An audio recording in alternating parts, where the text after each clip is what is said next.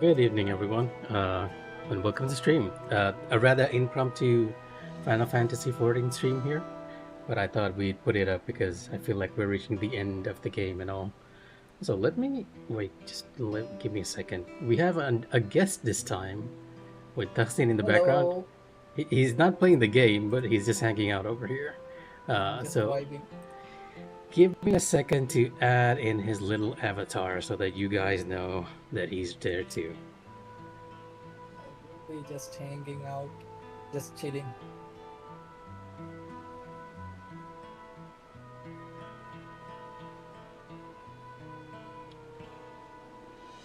Not exactly how I intended to start off the stream, but I just realized that his avatar is not showing here. So give me a second. Yeah, that's all right.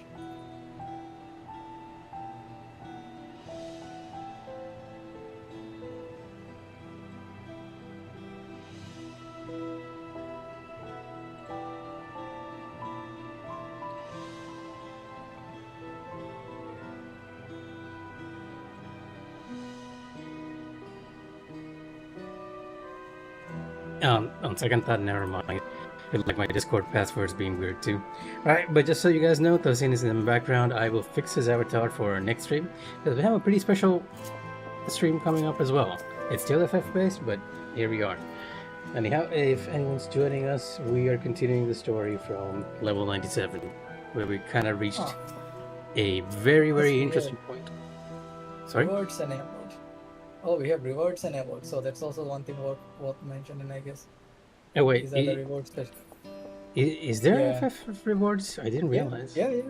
Oh. Yeah, there's it's the mount. I think it's the mount and. Oh, it's the Chocoper. I thought that Yeah. that ended a while ago, but I guess it's still ongoing. So if anyone's watching, Yeah. you can get it on this stream as well. Yeah, you just have to tune in for like 3 hours, and then you'll be able to get the redemption code for the. What was it? The Chocoper mount. It's a chocolate The Korokoper. coconut. It's a coconut. Well, you can call it a coconut, but it's not a coconut. All right. All right. A very different take in the middle of the story. So if you guys are coming in, this is heavy spoilers. Because No worries. we have people in spacesuits now What? with Really? spaceships In overhead. space? You know how it is with Final Fantasies. You start off with knights and swords, and you end up on the moon somewhere. I was not expecting that in Dawntrail. Right. It's like a Star Wars situation. A display of force like the vessels into Leolong. Indeed. And while they haven't taken any aggressive actions, I want to see how things in the area are before moving on. Oh, we still have stuff to do in Shaolani. We'll be passing through a few settlements on the way to Shaolani Station. It's the perfect opportunity to look around. In that case, Mika and I know a few locals who can help. And let's divide into two groups. Also, I realize I should actually change to English because most of our watchers actually enjoy the English stuff. Yeah. It's weird for me. Final Fantasy XIV Japanese. Oh, yeah, because you stuck with English the whole way. For me, it's actually weirder because I'm so used to the Scion speaking in Japanese Huh. that when I hear them in English, I'm like, who are you? Like, especially the twins and Ishtola, I'm like, and even Yuriante, I'm like really taken aback. So before we continue, let's change to English. Because I feel like there will be some key cutscenes around here. And a bunch of side quests, which I will do because that's generally how I enjoy the game. Like, I do every side quest in every area.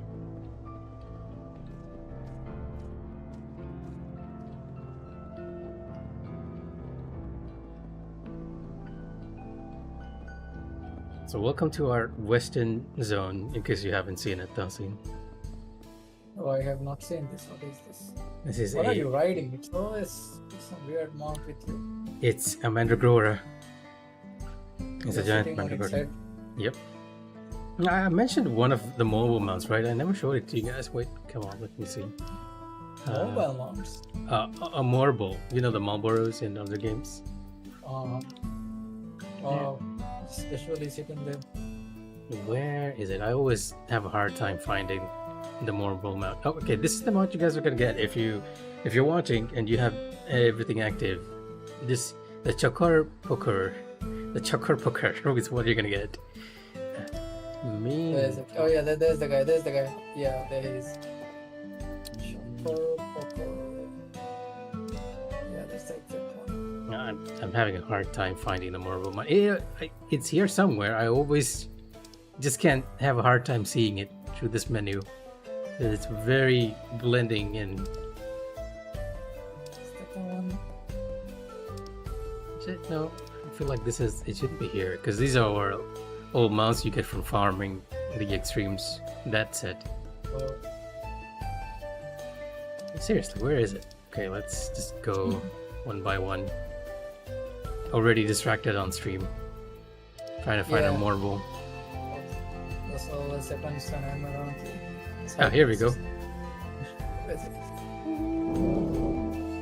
Like this is the marble mount. Oh, there we go, yeah. It's kind of hilarious. It just carries you in its arm. What? Oh my god. That's insane. Look how relaxed he is. Just chilling. Yeah, he's holding you like a lollipop or something. Like an ice cream. But you know what? The heck? The mount that is the greatest for this area, it definitely has to be this.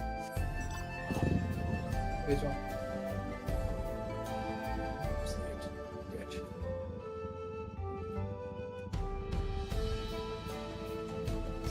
Is that a bike? Yeah, it is a bike. Is it a GN? It's similar to one, yeah. Bro. Somehow I've ended up as a GN, just bro. get a long sleeve shirt, yeah. You're a Maldivian, typical Maldivian GN, bro, man. Yeah, look at you go. Man. Sleep. The people of the wilds are brave indeed to remain here with those ships overhead. In Clamont, everything seems ordered at a glance. So this region has its own peacekeeping force. I'm guessing it's because of the delay. You're actually having some trouble figuring out what I'm doing. Yeah. I have 3 seconds, I think. 3 seconds, yeah. Where's you two? And I'll be Wolfmamont as well. You're Sheriff of the Dust Watch, yes? What's the situation here in... Yeah, this is something I've been struggling with on all the previous streams. Like how to pronounce the names of these places. What's the situation here in Husatavi? Well, the enemy hasn't tried to pick a fight with us yet. The ships gave us a shock when they first appeared, but they're just floating there, holding position. They said I received some... So okay. Why are there ships over here? Like, what's the situation here? So I think I can explain this to you because you already are in Shadowbringers, right? Mm-hmm. So what happened here is that while we were exploring, we'd actually uncovered a portal to another shard. Like, in Shadowbringers, you're on the first, right? Yeah, and on the first, yeah. We've discovered a portal that takes us to another shard. We're not sure what it is at the moment, like which one it is. But one of the claimants for the throne, when he lost, he went into the shard to get more power. And now he's come back out with those forces to take over the throne, sort of. Oh. Okay. So, are you like a paladin now? Yeah, I'm always a paladin. That's usually my gig. Although I am leveling like 5 to 6 classes at the same time, so I'm switching between them as needed. Alright, we have side quests here as well. So I'm gonna pick these up. I hope the rest of you aren't too bored. I was hoping that we'd actually enter a pretty significant cutscene, but it seems like most of the cutscenes happened yesterday, so we're getting that, usually the low side of things, before we're moving to the highest. Crop infestations are one thing, but what happens when crops are the infestation? What? Oh, you're reading a title, okay. So Yep. Good evening to you, traveler. Hey, you look like you're no stranger to danger. If so, I got a job for you. Wait, let me stream for you also on Discord, because I feel like Discord actually has less lag, right? Yeah. But you're about to eat a lot of bandwidth. It's fine. We're actually streaming on HD anyway. Alright, there we go. I think you'll be able to keep up with our dialogue now. Yeah. Lately, we've been inundated with flying popotos. Don't let the name fool you, they're nasty little critters. We laid out some repellent a while back, but the effect seems to be wearing off. Ever since that enormous dome appeared, we've had all kinds of trouble to deal with, and I just can't find the time to lay down a repellent. That must be why those darn popotos have been showing up in droves. At this rate, the whole place will be overrun. I'd go out there and spread the repellent myself, but they'd make a meal of me lickety-split. Reckon you could take care of them? Yeah, there's actually an enemy called... Well, technically they're flying potatoes. And... Flying potatoes? Yeah, and he's basically asking me to take care of it. These flying potatoes, they eat humans. Yeah. Esayo is seeking help with a fruitful endeavor. Excuse me, sir, I don't mean to be presumptuous, but you're one of those venturesome travelers I heard so much about, aren't you? I'm looking for help procuring tuna. It's well loved by connoisseurs of fruit. But what I require is no ordinary tuna. No, the fruit, it's actually a fruit called tuna. I'm after it comes from a particularly fruitful nopal tender. Well, I'd normally be happy to go out and hunt for it myself. They're as big as a house. I'll be stomped in the ground or impaled before I could even get close. If you're willing, take this powder and sprinkle it about in the field to the north of the town. One of the bastards is sure to show up before long. So I got confused about this before as well, but there's something they get from the cactus, which they call a tuna. So I guess we'll find out. Is that okami? It looks very much like okami, but it isn't okami. Yeah. Oh. Wait, you get tuna from cactus? Yes, exactly. That is where the confusion for me came as well. Well, I guess we'll find out. My mind is trying to process this. But I guess we'll find out what's happening here. What happened to your clothes? Why are you suddenly rare and red? I'm giving the EXP to my red mage instead of my paladin at the moment. Wait, you can just switch like that. What do you mean? Yes, you can. you played this as well. Why are you so confused by this concept? This concept is foreign to me. It's a foreign concept. Here you go, wild flying potatoes. What in tarnation? Oh my god. Dude, you just blasted that little fella with like some great S-level magic.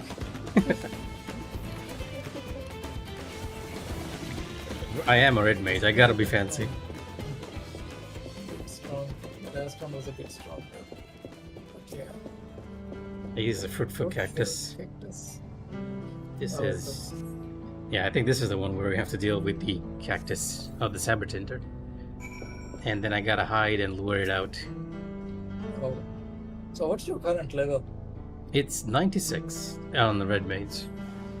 Right, there you go, there's your cactus. Oh, insane. Look at this side. It's like... What's that? Cacta? Like cacta, like he went to gym and This is a variation of cactus, you're right. They do have normal cactus in Tanaland. Yeah. This cacta went to gym.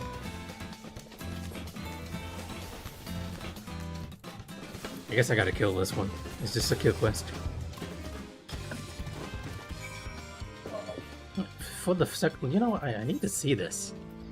A plump and juicy tuna taken from a gagcracker and no belly tender. It just says tuna. I'm guessing it means a fruit and not a fish. How is it a tuna and it's a fruit now? That's even more confusing.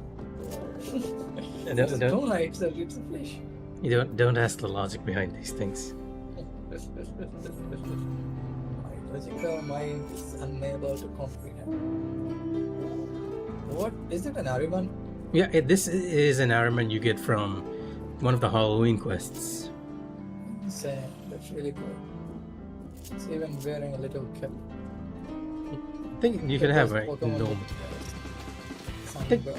I think you should have a normal Ariman as well, right? Even you should have gotten it. Why There you are. Any luck with the Nepali tender? Here's your succulent-looking tuna. You actually did it. I've never seen a juicy tuna. I wonder if it's those are tuna, no? In the boxes. Yeah, that is exactly, because the fruits are pink, so I assume this is. Pink fruit tuna. My mind cannot accept this. Okay. He's actually getting it for his daughter's birthday.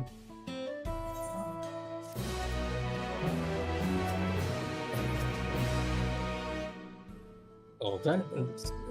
That ought to keep him away for a while at least. You see, until we figured out how to make a repellent out of bitter-smelling juices, those popotos would wreak havoc on our crops. Ironic. Heck, they even tried to take a bite out of more than one of the residents. We tried asking the Duskwatch to come deal with them. Yeah, apparently the potatoes even eat people, but they didn't want to get involved in culling wild tubers. Setting up a perimeter fence was another option. Only we were short on people and building materials. That's why we came up with the repellent. Anyway, I don't need to be chewing your ear off about all that. You've done us a good turn, and I won't soon forget it. It just disappears into the wind. Yep, that's what usually happens to What NPCs. is that? This is a three-headed phoenix. Oh, what? Yep. Does it look like a phoenix? It doesn't? It kind of looks like a bird. Dragon? No, it looks more like a dragon or like a hydra or something like that. I guess I'm too used to it being called phoenix. This is a mount you get from one of the previous savages.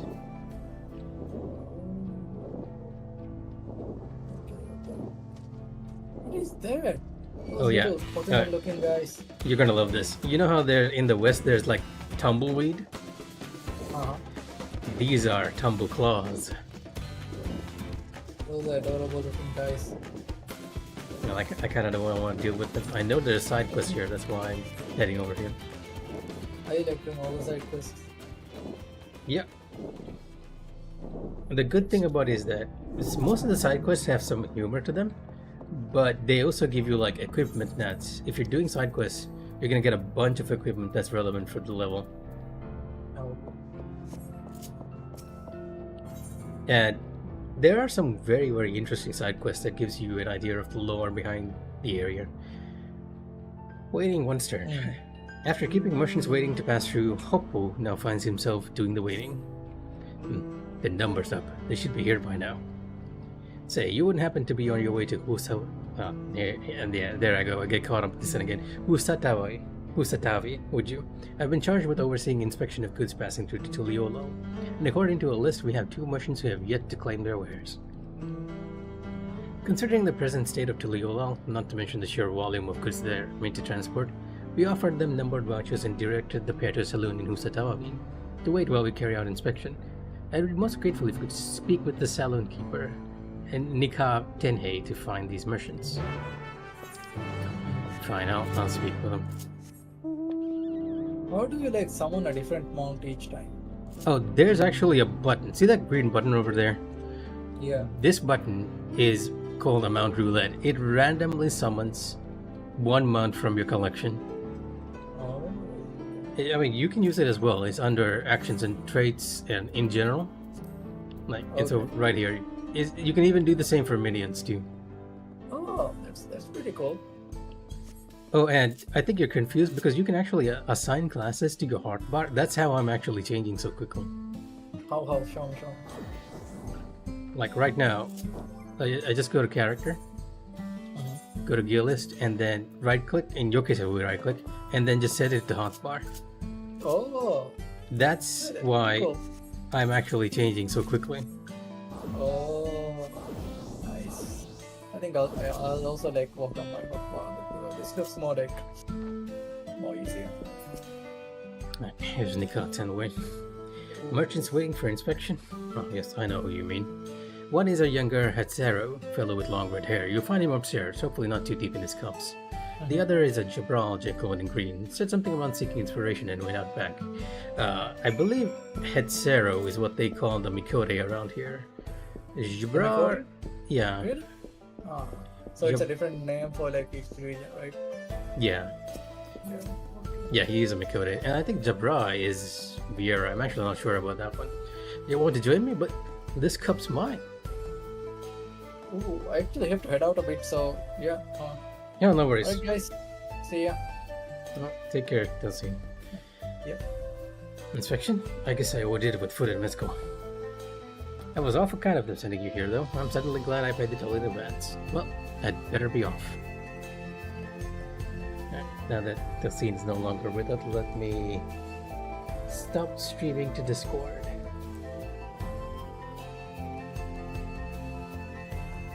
Right, there we go. Back to side quests. Alright, and the other guy's out back, which I believe is either a hero or a mirror. It's not. It's actually a Rothgar or a Rogadin. It's a Rothgar. Dark Edge Brawl. Can I help you with something? Oh, is it time already? I was distracted by these crops. I trade mostly in Napolitan there, you see, but I've been considering how best to expand my selection of wares. You are not like to make a profit off it, else stealing such arid soil. Or so I thought. These crops caught my eye and I had to come take a closer look. It seems I have yet to learn more about farming here in the wilds. Next time in town, I'll need to have a word with whoever planted these, but for now, I should be heading back to the checkpoint. Yeah, fair enough. Okay, that ought to be all the side quests here, right? Because I feel like no, actually, if we look at... What is it? 80 cards? Yeah. We should have one additional set of side quests, which at least gives us that last 8th current and the final 8th current from the main story.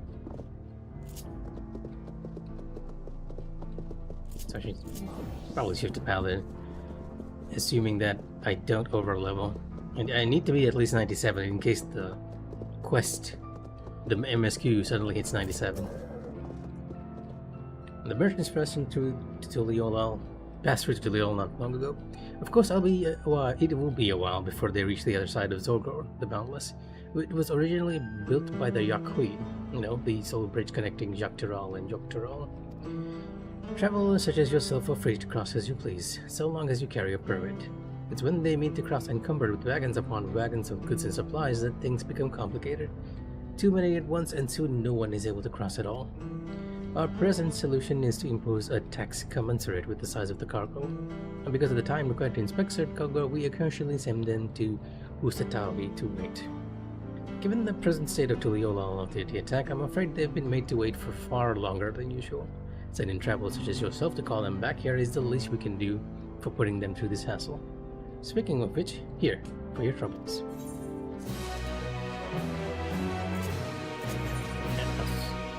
Hop on over to Shishin Springs and continue the main story.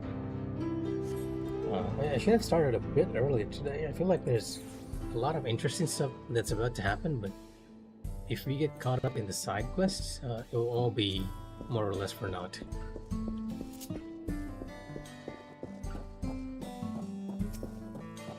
Here's a Clot. And all clear this way.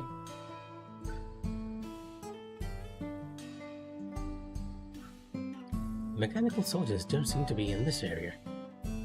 Still, we should talk to the locals. Let's each make rounds and see what we can learn.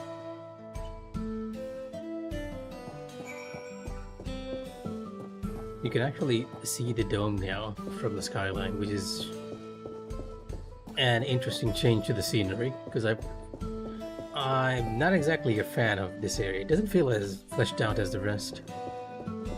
Alright, I should be talking to the locals by going inside their houses. This is a train station area, right? Yeah. Oh, you're the one that helped us the other day. Woblika and the others are out investigating, and they've confirmed that Mitowike is safe. It was after the train had begun its journey back here that the dome appeared. So those who were riding the train then are fine, but we don't know what's become of those who embarked in Yasulani. What a mess. And just after we finish fixing the tracks.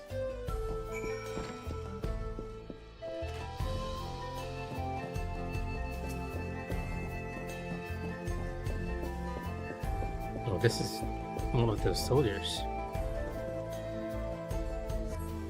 The mechanical soldier shows no signs of life. It appears to have been run through with a pole arm. Well, at least traditional pole arm seems to be working. Do you have anything to say? When those soldiers first showed up, I thought I was done for. If I had managed to toss one of them barrels at them, I'm not sure I'd be here right now. Okay, so the dialogue has actually changed now that things are happening here. Ah, so that's the way of it. Good thing he showed up when he did. Oh, it's been run through a pole arm. It's actually a Stinian. I get it. If even Tuliolol can fall to invaders like that, what chance would we have out here in the sticks? Really? I should go back to Lua Tenin Yawawasa? What the? Okay. Lua Tenin Yawawasa and take care of my pa. But I can't just quit my job. Yep. Quit my job. Not quit.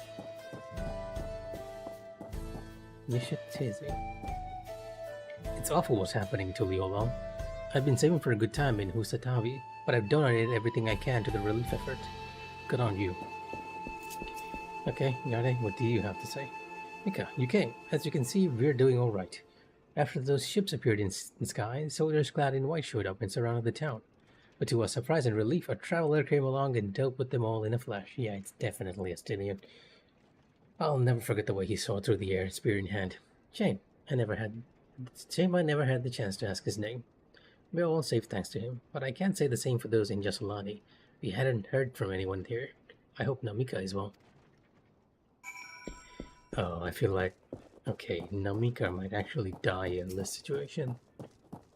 And cause some grief for Oklamat.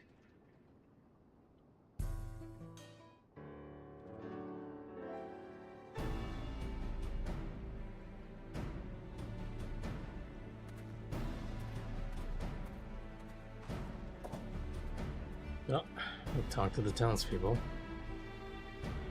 You heard about the spearman as well? That couldn't be anyone else. What's this? Someone spreading more gossip about me? No, Zakova, it wasn't you. Yeah, but Assyrian is here. I guess it was Assyrian. Talk of how I saved the town travels fast. That's not to discount the help of my friend here, of course. Week of those machines a real beating. I thought you'd come sooner or later. Do you know what's happening? So you were indeed the one keeping the people safe. Thank you. Think nothing of it. The automata aren't particularly strong. But are the rumors true? Golol Jaja is slain? I'm afraid so. Zorolja used some dirty trick to come get the better of him. I'll make him pay for what he's done. Mark my words. So, sorry guys, just give me a second. Gotta pause real quick.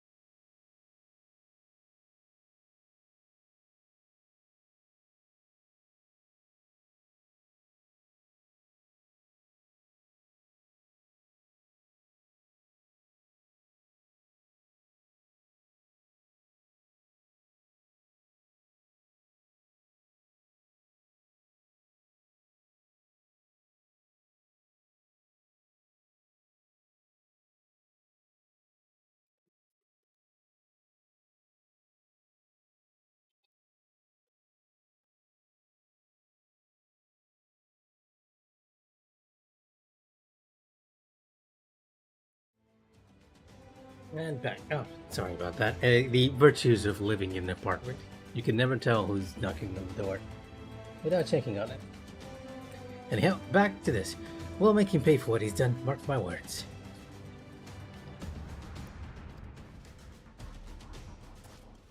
You're going to help her, I assume. Well, yeah, that's kind of given, isn't it? I see.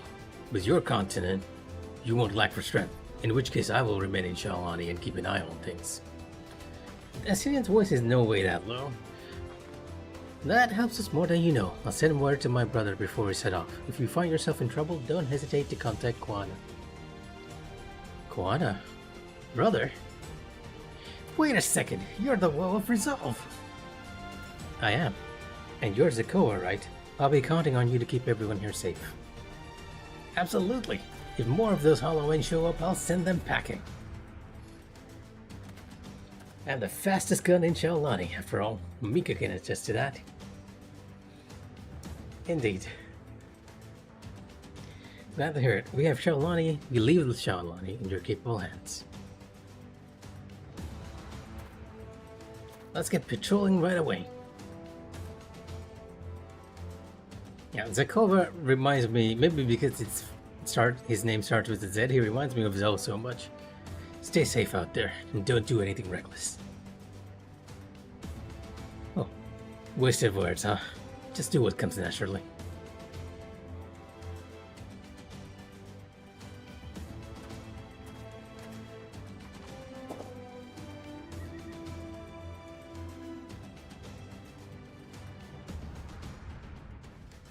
Right then, it's time we headed to the station and join the others. I'm guessing we're gonna unlock a... Yep, whoa. Okay, this must be the last set of quests, because we definitely need the current quest over here. And might as well talk to the NPCs now that everything's happened. This here is the office for the Ceruleum Refinery. An important meeting is taking place right now, so I can't let you in. Okay, fine. What's up, Vasampe? Vasampe of Shenenigans Springs, a short one porter. Hey, you traveler. You came here down to Tuliol, right? Happened to see a woman on the road? Maybe nursing a limp, a sore head or such? Afraid not. No sign, huh? Well, I work here at the refinery. It seems I now have a slight problem. It's a friend of mine, Kayamine. She set out for Tuliol not long back, but only her run-up returned, pulling an empty wagon. I was thinking the animal just got spooked by something, since Kayamine is crawling in the dust and hides out of the backyard. But if you didn't see her... Say, you're gonna go take another look, could you? I'll go myself, but I'm 2 hands down as it is. Thanks, friend. She was taking a cargo of ceruleum to the Tuliol Trail. You know the way, right? Just take the road southeast from town. She'll be somewhere along it. If you find her, tell her to get her hide back here as quick as you can. We got work to do. I fear for whoever got lost.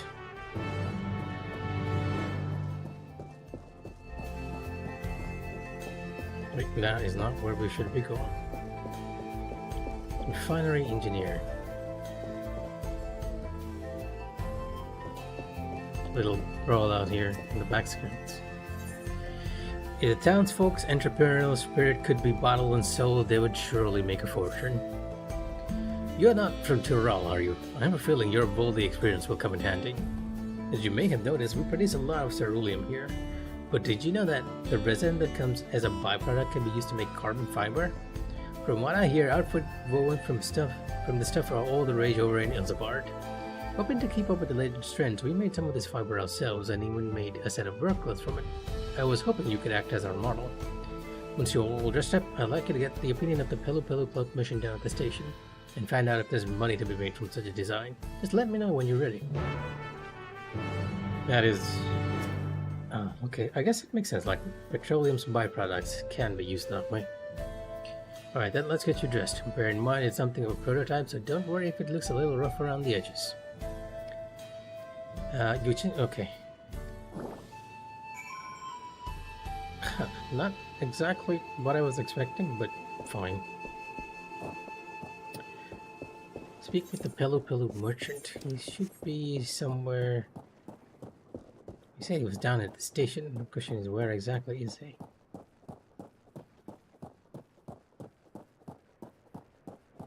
I guess he's over here. I think. Oh, is it for the other quest?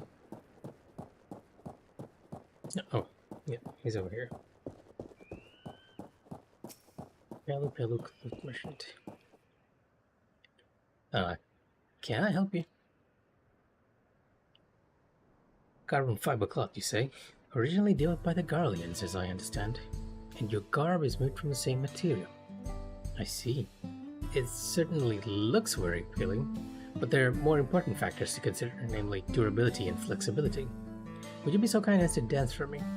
Yes, you heard me correctly. Dance. I merely wish to see the fabric in motion. As absurd as the recruitment scene, the Pelu Cloth Merchant wants to... At least, hey, Gabe, at least you know how absurd this is. In fact, yeah, okay, fine, I'll dance for you.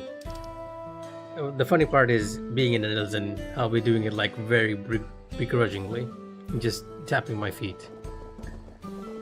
Yeah, and here you go, here's the dance.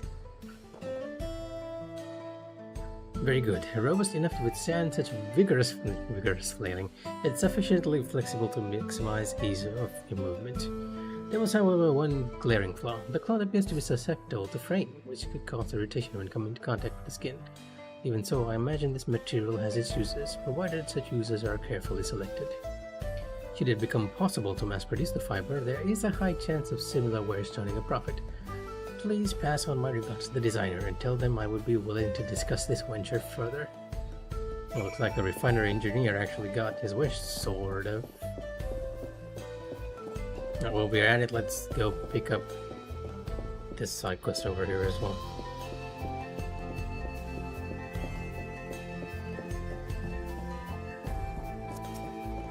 With the melancholic worker. Oh, wait, this is considered a disguise. Guess I better return to the refinery engineer.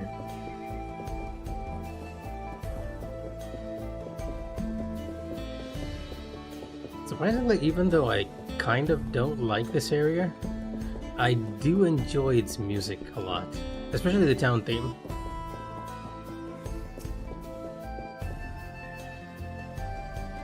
So, how did it go? But first things, I'll be taking back the clothing samples, if it's all the same to you. Alright, by all means.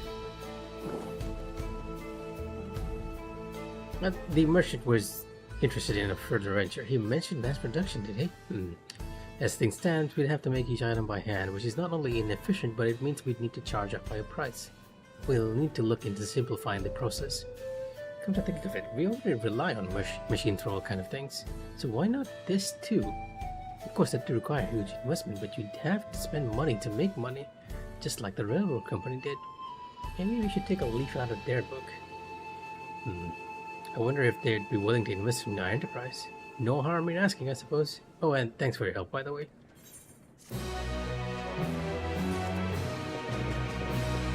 After much rumination, we are entering the technological age of using machines to cut cloth.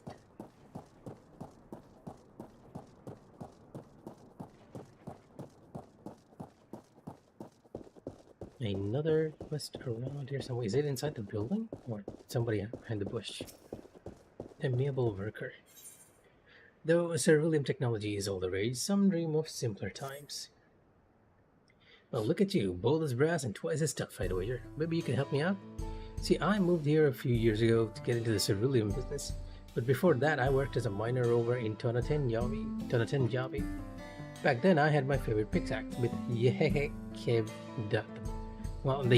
pterodactyl engraved onto it. I figured I had no more use of it, so I left it behind. But with all the recent turmoil, I find myself pining for it as a reminder of a time when life was simpler. I'd go back and get it myself if the whole place wasn't swarming with cutthroats, and that's where you come in. You look like you could hold your own, or at least manage to sneak in and grab the pickaxe before any of them notice. Think you could give it a try? The sound of the quest says, I am definitely willing to give it a try.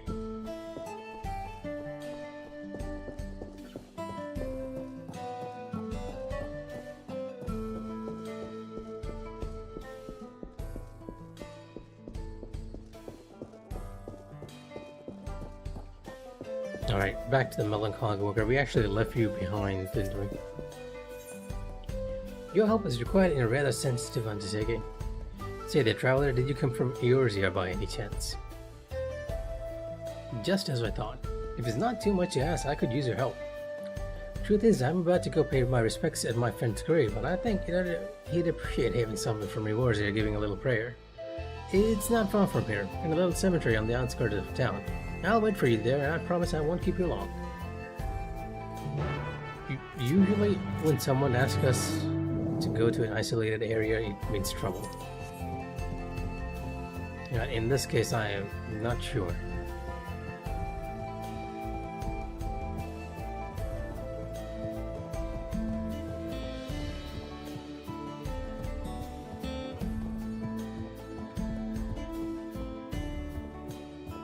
Like a little... yeah, I actually came here before too, I think.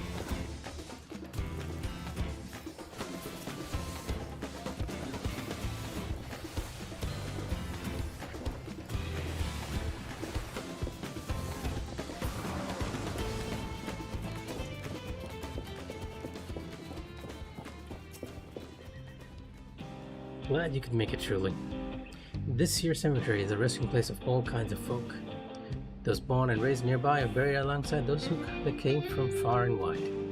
You see, my friend was a sailor from Eorzea. Well, to be more precise, he was a ship's engineer and came here to teach people how to operate a whole host of machinery.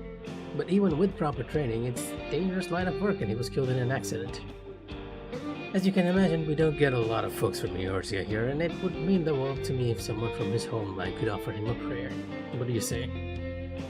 I feel like that is a very kind gesture.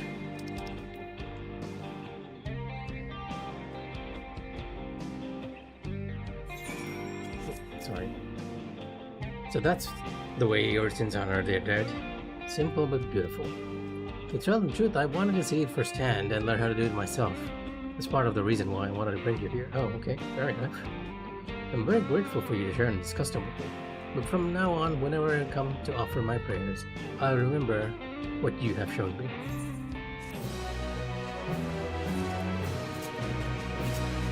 Hey, sort of bittersweet quest, I guess.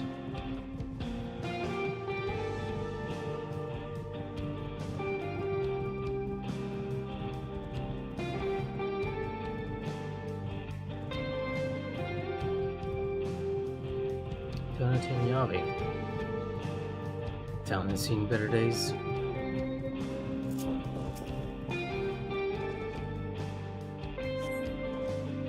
Besides the usual scratches one might expect. Oh, I have to actually... Okay, right. This is one of those quests where you have to pick out the correct item.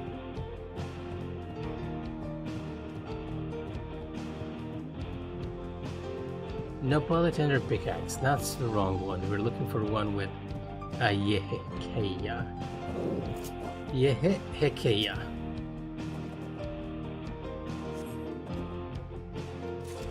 That's the one.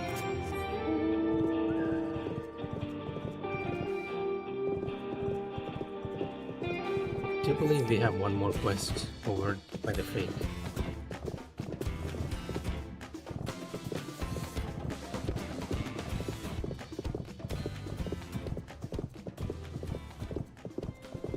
And I must admit, I kind of prefer the Dawntrail battle music sometimes over the area music.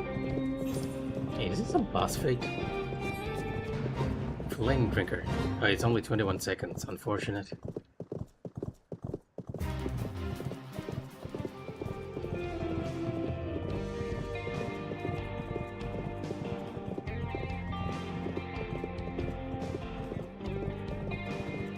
Now we gotta search for Kamenya, who, according to the NPC, got tossed aside around here somewhere. Oh, there we go. Kayamine, not Kamenya. Kayamine? I guess? She's actually... No, I don't know. Ah, finally, you don't know how good it is to see a friendly face. I was sent by your friend to search for you. Wesen sent you? God, he's going to dock my pay, isn't he? Well, at least the Ronican wagon made it back. A good thing it all happened after I dropped off the ceruleum. Didn't want to think how much the company would charge me if I lost the load. Maybe that's what the beast was after. Oh, I didn't tell you about the beast, did I? I was just out from the trailhead, when it sprang upon us out of nowhere. Naturally, my Runique bolted. Managed to hold on this far, but I eventually lost my grip and took a dirt bath. Still, it could have been worse. At least I didn't break anything, and it was you that found me, not the beast. Speaking of, you didn't see it on your way down, did you? A horrible blue blobby thing. A slime? Or, okay, there is a slime. What's a slime? Oh, is it something that came from the ceruleum? That would be my guess, wouldn't it?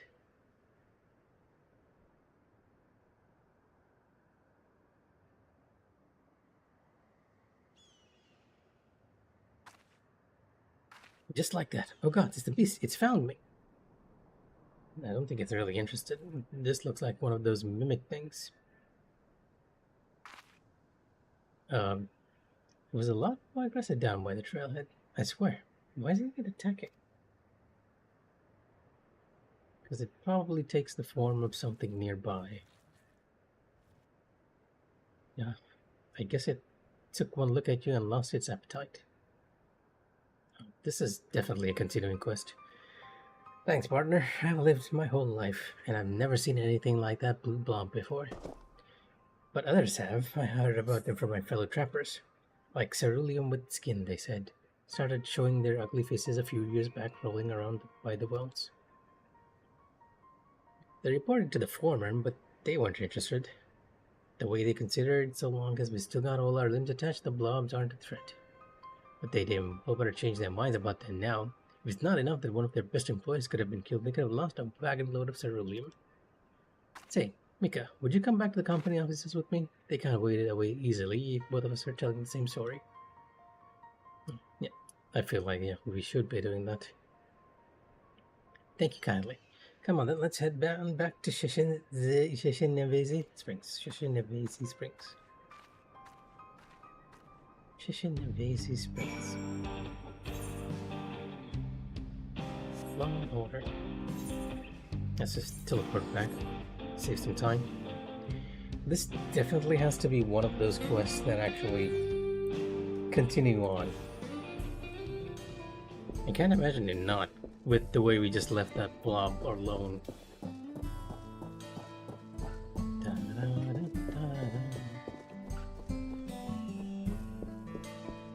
Okay, I think let's talk to the amiable worker first.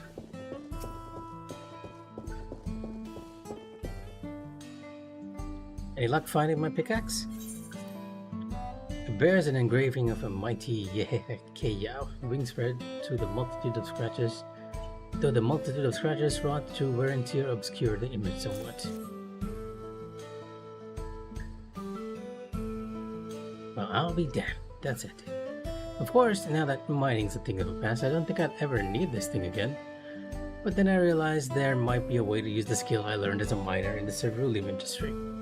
And if I ever have a chance to swing a pickaxe in the future, there's none I'd rather turn to than my old favorite.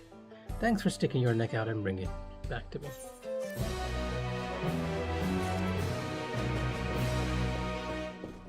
As long as you give me XP, buddy. Hello.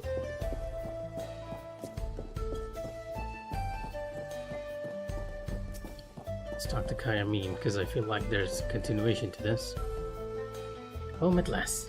For a moment there, I didn't think I'd ever see the old place again. And I can tell you right now, I'm not taking another wagon out until the company tells me exactly what they're going to do to protect their precious employees from those rotten blobs. Are you with me?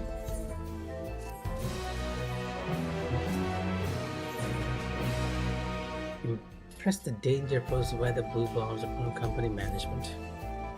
Alright, so here's the plan. We go to my foreman, Basanpe, the one who sent you to look for me.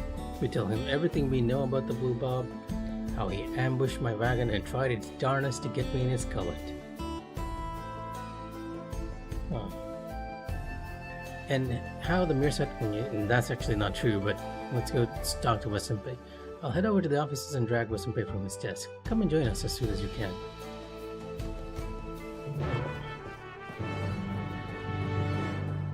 Let's proceed with the quest before we leave this zone. Thankfully, there isn't anything left. This might actually be the final quest here. Side quest. Go on, tell him what you saw. The sheer gelatinous horror of it.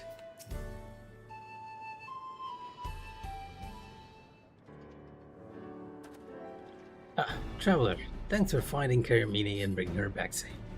She said you and her had something you want to talk to me about.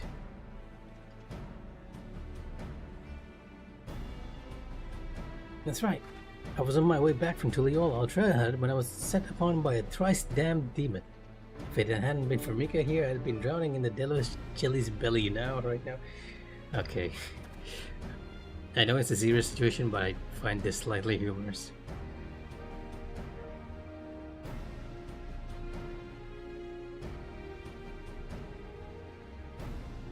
And you say Mika saw this blue blob too?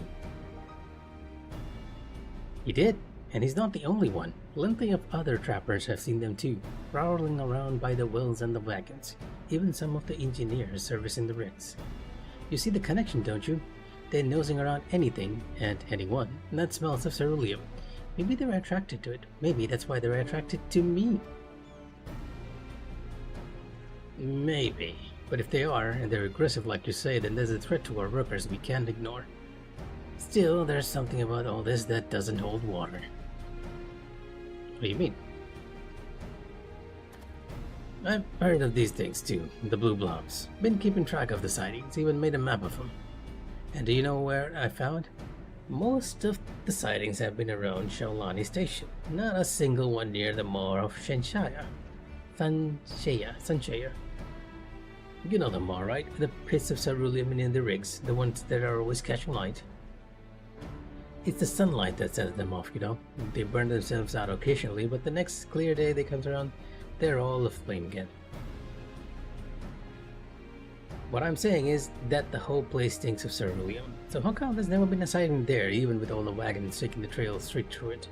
And how come the one that followed you there took off as soon as it drew near? Maybe it says something about the one. He took one look at me and knew it had matched match, you know. About the mall. Maybe it's the opposite. Maybe it's a ceruleum that... Or maybe because they're flammable? I mean, that would explain it.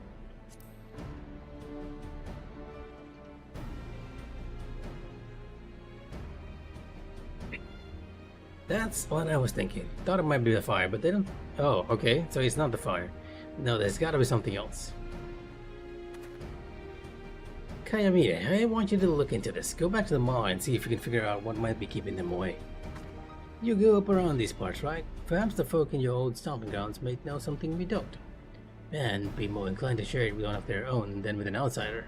I'll handle all your ordering duties until you get back.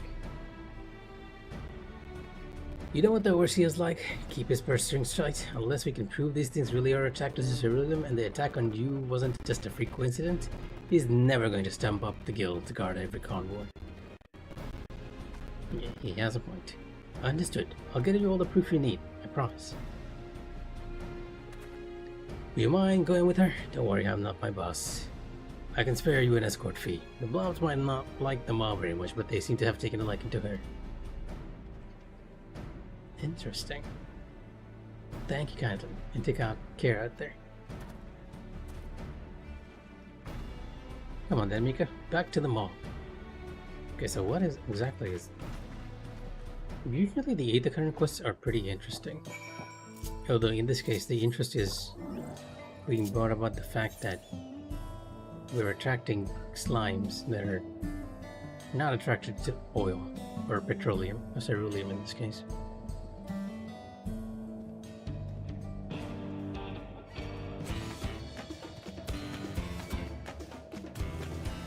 Dragging a lot of Nepali tenders this one.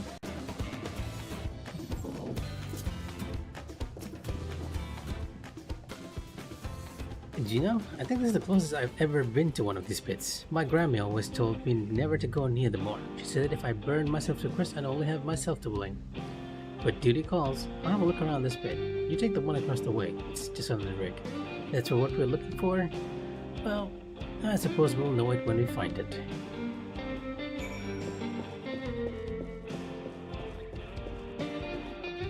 Something that keeps the slimes away, other than the flame. Cerulean rich water.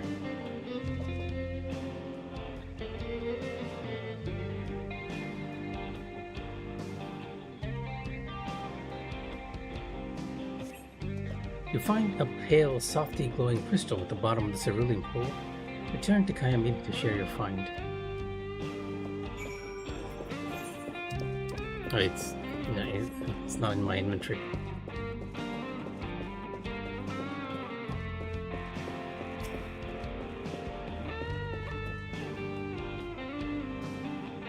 No, I found a crystal there. A crystal, you say, at the bottom of the pool? I found one too. Stubbed my toe on the wretched thing. Guess my Grammy was right. Jumping in the maw is dangerous. Why did you jump in anyways? I thought it was just a rock, albeit a ferny-colored one. Don't think I've ever seen a stone as white as this before. Not around these parts anyway, and certainly not two of them. Looks like they've been put here deliberately. Here, you don't think this crystal might be what's keeping the blue bombs away, do you? Down in the melting pit. Listen to your elders. Kayamini wants to know more about the strange white crystals you found in the maw of Senseiya. Looks like these stones are the only clue we have to go on. Let's go and ask my Grammy if he knows anything about them. Neshtezi is her name. Her name is. Lives over in Luatini Nyawawasa, the village where I grew up. It's just on the other side of the butt. Butte? Butte? And you know what? I'm not sure. Come on.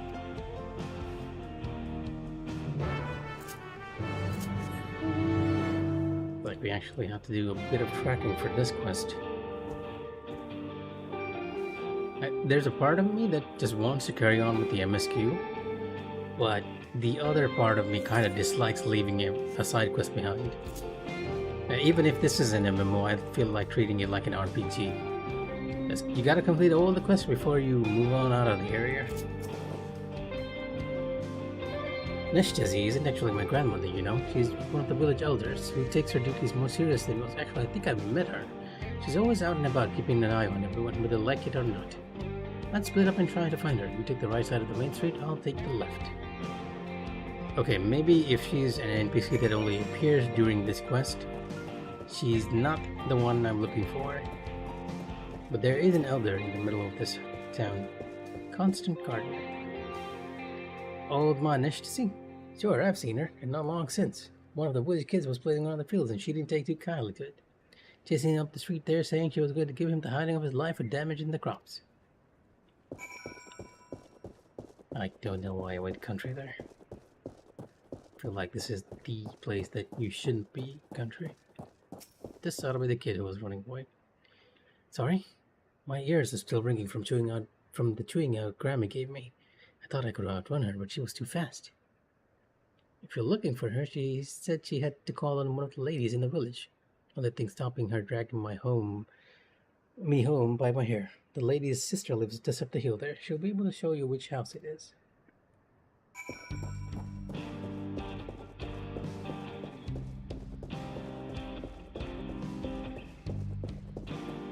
I was wondering why we're not getting that much interaction with this town. But by the looks of it, the side quest is what is relegating us to this area. You're looking for Neshtezi? She went to see my sister. She's with child, you see. Gravely remembered a charm for a safe quest and wanted to give it to her in person. The house is just back around the corner, under the butte, or butte. You know what, I'm not sure what you call it that. English is not my first language. Interesting enough, none of these guys seem to have been attacked. Who did you visit? Oh, okay, they were. The ships in the sky are such a terrible sight. Okay, he's not elaborating beyond that. Maybe some of the other NPCs will. At times like these, people are going to need provisions more than ever. We need to hunt what we can and guard our crops if we're to see this true. Okay, so yeah, this was the person I thought was Neshtezi, but this is Neshtezi over here.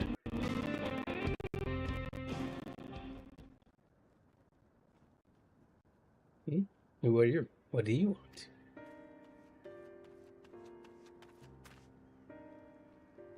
You find her. Excellent work, Mika. Friend of Kayamine's, are you? And I see she's got you running errands for her as usual. Whatever you want, make it quick. I got places to be. We wanted to ask you about these stones. We found them in the Moor of Sanchinya and thought you might know something about them. Here.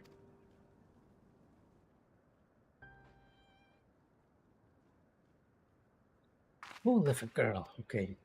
It's one of the warding stones that keeps the beast from coming back, and you picked it out and brought it here. Are you reckless or just plain stupid? I didn't mean anything by it. I just wanted to know what it was. Then shut your mouth and open your ears while I tell you the tale of the blue beast. Time was it stalked these lands, a demon of burning blue flame that would rise up from the maw on a moonless night to wreak fiery death all across Sheolani. Well, across all of Sheolani. Only when its search for destruction was finally sated would it fade to nothing. Okay, this is a bit more serious than we thought. But its evil spirit lived on, welling up from the underworld and taking the shape of its minions, the devil's droplets, that would throw themselves into the fiery pits to summon up their master once more. Our ancestors knew that whenever these damned things appeared, it was only a matter of time before the blue beast rose again, until a young miner from the village made a discovery that would change our fate forever. He found a strange pale ore in Yowekwa Canyon and seemed to drive the droplets away. A stone in each pit, and that was the last we ever saw of the beast. But that didn't stop the slimes from going after other sources of ceruleum. Thought it was the last we ever would see of it, but then you decided to get into your stupid head to go paddling about in a pool of hellfire and run away with the only thing that was keeping us safe. You go and put those stones back where you found them this instant. I'll think about sparing you the lash. Thankfully, the grandmother is not aware we took one stone. That's my point. If they were so important, she could have told them about them before. Well, better late than never, I suppose. After hearing all that, are you thinking what I'm thinking?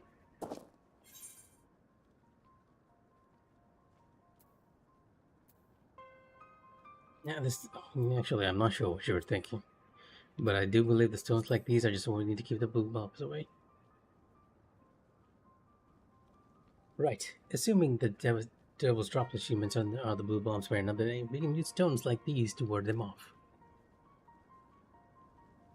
We only started seeing the blue blobs a few years back, right around when the ceruleum drilling business took off. Maybe that's what summoned them up from underground, the sound of the drills stirring their master from its slumber. They need to throw themselves in burning ceruleum to summon their master, but with the stones keeping them away from the maw, they are searching for it elsewhere. That explains why we have seen them around the wells in the plant. They're following the scent of ceruleum like we thought, and as soon as they find a blue flame, like the flare straps on top of the rigs or the tools of the engineers servicing the processing plant, they'll summon up their evil master once more. Maybe it's just that, like, they blow up and become bombs. If this thing is a bomb, I get the feeling it's going to be one of those Agni monsters. It's either going to be the Agni monster or a bomb. They'll summon up their master once more. We need to get this done back in the pits and fast.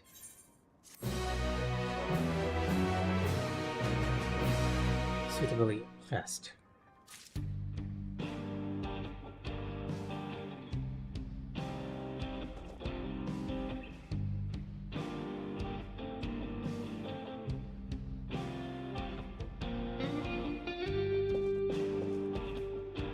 Okay, I believe this might be the last of this quest, because we're getting tacos al pastor.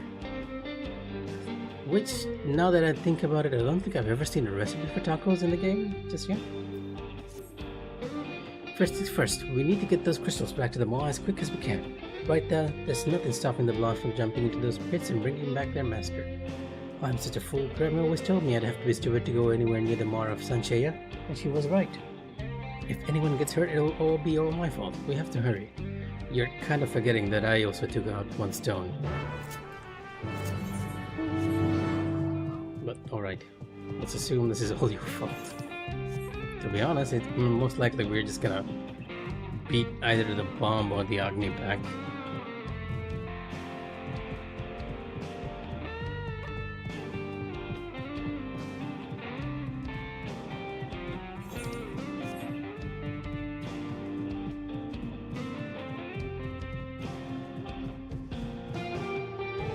Yeah, it might not be a bomb, considering that bombs are pretty normal enemies right around here, right?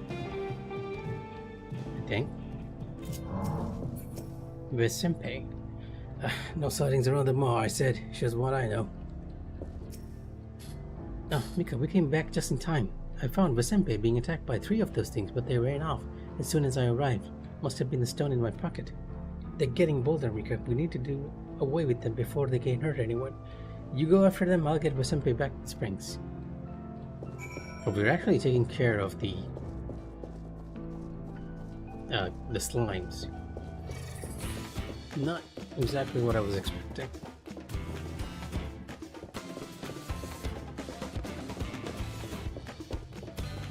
I think it'll be aggro, right?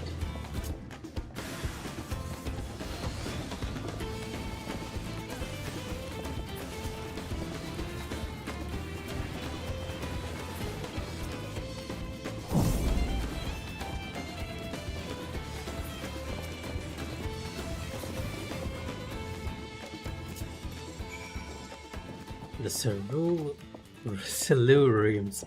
I see what you did there. Very clever. Oh, wrong way. I'm actually heading back to town. Fair enough.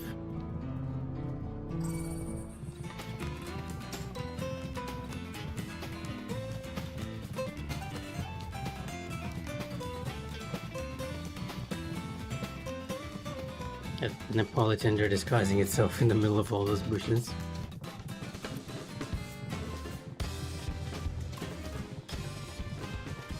Shenenigans Springs.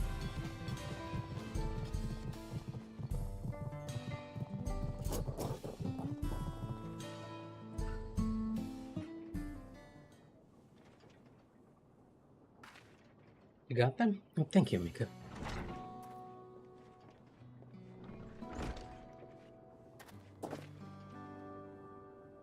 Yes, thank you, both of you. You saved my life. I was done with Kayamina's delivery, so I thought I'd take a look around the mall myself. See if I could find what was keeping those blue blobs away. Turned out the answer was nothing. I fought them off as best as I could, but it was 3 against 1. If it weren't for you, I'd be a dead man. You are wrong. The only reason they attack you is because of us. Because of me. So what happens is that there were stones in there, and after the explanation... So that's how it is. Old stones and old magic. Yes, the stones were the only things keeping them from the pits. I'm sorry. You weren't to know, and now we do. The question is, what are we going to do about it? We know the blobs are attracted to burning ceruleum, and we know they're dangerous. We can probably mine the stones, right? But we also know they won't go anywhere near the kind of stones you and Mika found in the pits. That to me adds up to a plan, providing we can get our hands on more of them. Grammy said the stones were mined from Yawekwa Canyon. If there are any more in there, we can dig them out and place them around town as barrier to the blobs. Alright, you head down to the canyon and see what you can find. I'll keep covering the doors till you get back. Luck be with you. Now there's more to this quest.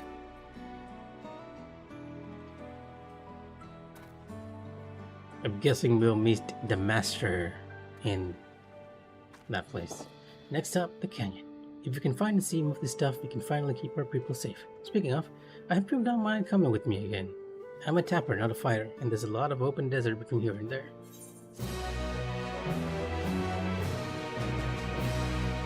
I mean, you say that, but when I speak to you, you're probably just gonna disappear right there without an escort. Kayamine, oh. Okay, it seems like, yeah, this is something that Dawntrail has been doing for quite a while. If you've done, like, at least the Ithacard quest, the final quest actually joins together.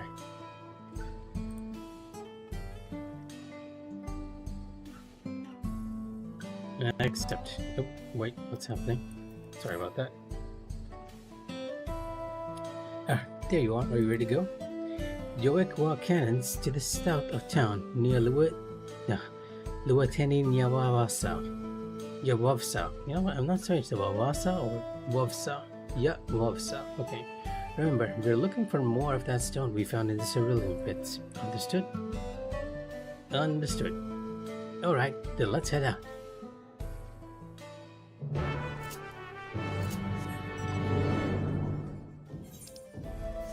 Yeah, it's a little cave at the very edge over here.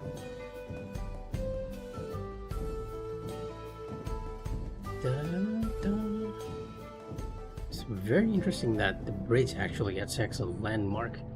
Like, one of the reasons why I don't like this area is that it feels very, well, I mean, it is sort of deserted, but it is a desert of sorts, but I feel like it could have done with more landmarks of sorts to make it a bit more interesting. But I know one friend who will be crazy for this Wild West aesthetic, so who knows, it might actually be the most popular zone of Dawntrail, and I'm just talking about my own preferences here.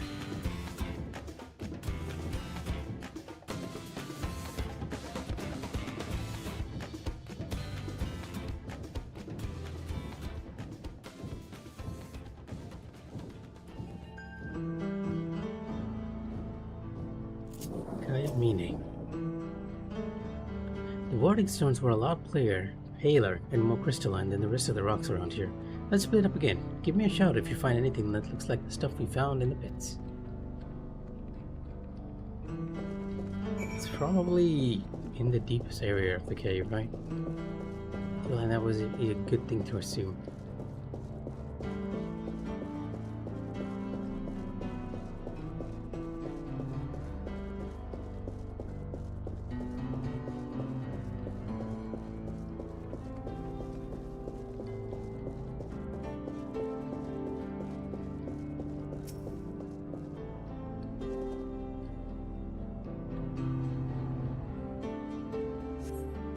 An interestingly shaped stone among the pile catches your attention, but alas, there is nothing pale nor shiny about it.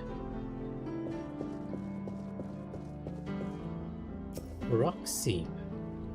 Bleached bones. Well, obviously we'll be getting it from the rock seam, right?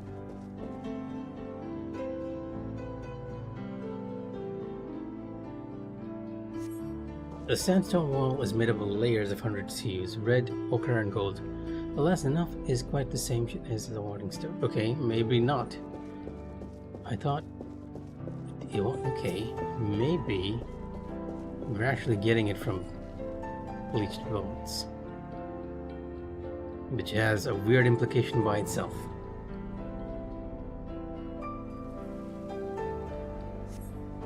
You pull one of the bones from the stand and the chunk breaks off. A surprisingly crystalline chunk whose resemblance to the stone you found in the moor of Shenenigans is unmistakable. Huh. Could it be that the bones are actually crystallizing over here? And they're probably going to give me an explanation. Density of ether or something. No use, I've looked and looked, but all I can see is sand. Well, that and sandstone. Do you have any better luck? A curious stone from the fossilized remains of a great beast.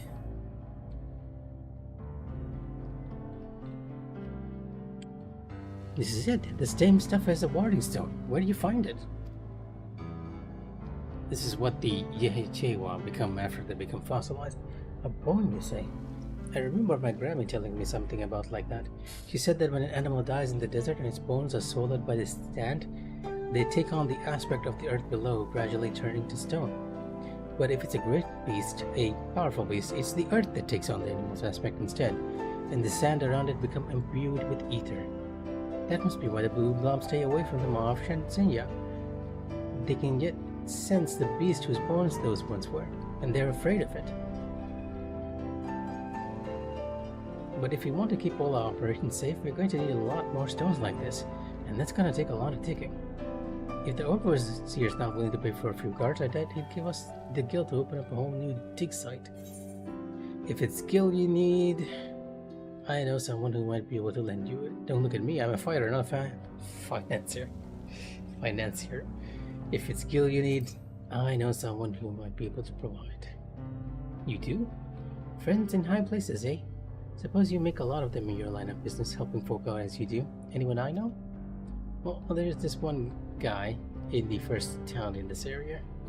Zitekwa, that's his name. The moneylender. I know him, if only by reputation. What a reputation it is. Let's head on over to Usatawi and ask if he can help. Alright, let's head on over there.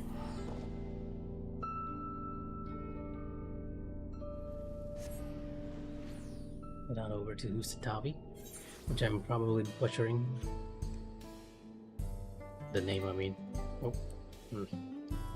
Back here, please. Thank you very much. Yeah, okay, I've mentioned it before, but I love this town theme. Zikatewa should be on the second floor. Zitekwa. Mika, it's so good to see you again. Can I buy you a drink? Afraid not. We're here on business. You'd prefer a mine? Well, the least I can do is hear you out. After all you did for me. Your friend's downstairs, you say. Then what are we waiting for? Let's talk business. Exactly, my friend. Exactly. That's what we came here to do. Talk business. Oh, okay, they're outside the saloon. Here we go. Thanks for introducing us, Mika. I gave Zitekwa the gist of things. He says he's thinking about it.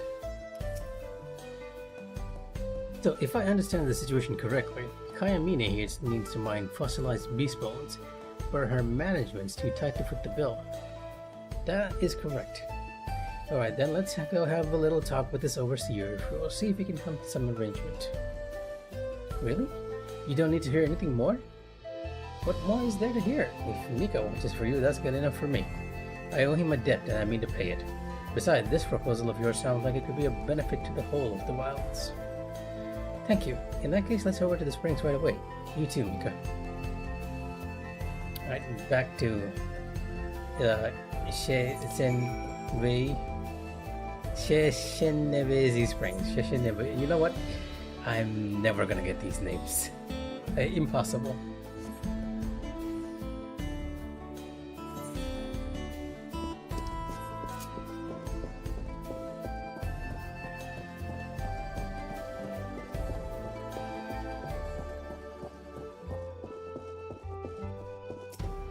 Zitekwa and Kayamine. I see many familiar faces here. The laborers may own their coin in the springs, but they spend it in Usatawi. Just in time. Vesempe's gone to fetch the overseer. He'll be out in a moment.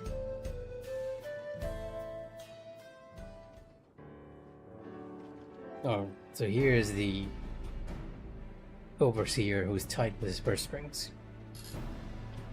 Sorry to keep you waiting, folks. I am Tavzenza, the man in charge of cerulean operations around these parts.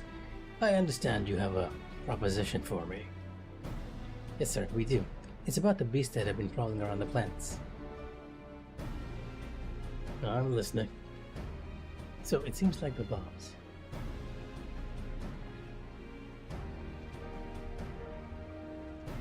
And that's why we need to mine up these things. And you're sure these stones really do ward the blue blobs away?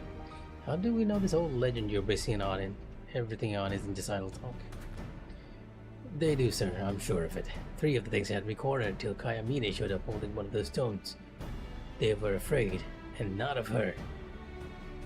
There is no doubt in my mind that if we can mine more of this stuff and scatter it around the cerulean works just like our ancestors did with the ore, we can keep the whole operation safe. If there's any operation left to keep safe, we're already in deep with the banks for the new rigs and plant refit. Until production ramps up, we're gonna get the guild to open up the whole new dig site. I believe that's where I come in. I'm sorry, you are? Zitekwa, moneylender by trade, working out of Usatawi. Your colleagues told me of the difficulties they've been having with these blue blobs. Well, they've only been sighted around Shenenigans Springs. Thus far, I'm of the firm belief that they could soon pose a threat to Oshalani. After all, if these creatures are attracted to the scent of burning ceruleum, it isn't only your wills that are in danger. The station too could soon find itself under attack. Indeed, I confirmed with one of my clients who works for the railroad that creatures fitting the description I gave him have been sent along the tracks. So you see, I have a personal stake in this. I would be more than willing to lend you whatever funds you need to put your colleague's plan into action, and on terms that don't interfere with the daily earning of your company, naturally. Lest you forget, 2 of your workers have already been attacked. If ensuring the survival of your company is your primary concern, as I agree it must be, I urge you to act now. Please, sir, I don't want to lose my life or my job. She almost looks like she's about to attack him.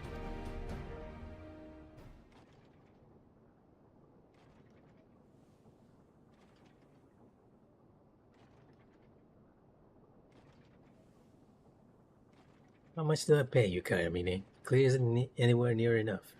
I asked you to drive your wagon first, and you come with a plan to save the whole damn wilds. Offer accepted. Let's get those bones out of the ground and keep our people safe.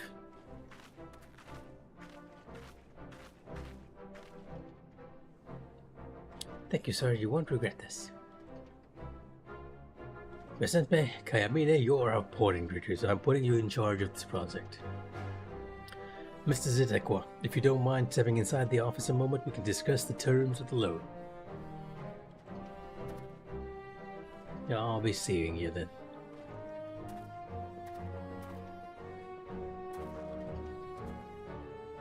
Looks like this is where we part ways.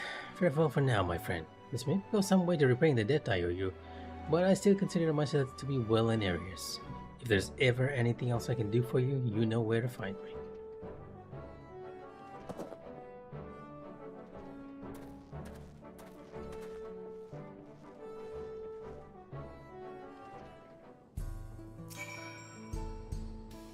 I should probably join them, but before I do, I want to thank you again. If it weren't for you, none of this could have happened. There's still a lot of dangers out there in the wild, some we know about, a lot we don't, but bit by bit we're overcoming the obstacles they throw before us. And with a little help from folk like you, I know that one day we'll make this place where people can not just survive, but thrive.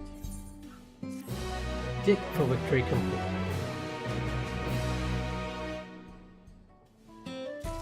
And with that, I believe all the side quests in Chaolani is complete. Now we can go talk to Wuklamont and continue the quest.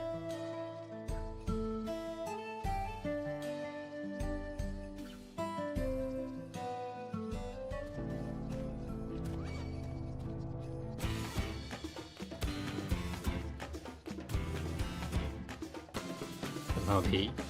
The music syncs very well with this mount movement. Yarnville. Mehawat Tosen is still safe, but the animals are unsettled by recent events. It seems the people of Shaolani are safe. What a relief. It seems the soldiers only appeared in Shishinabesi Springs. Could they have been after the Servaline?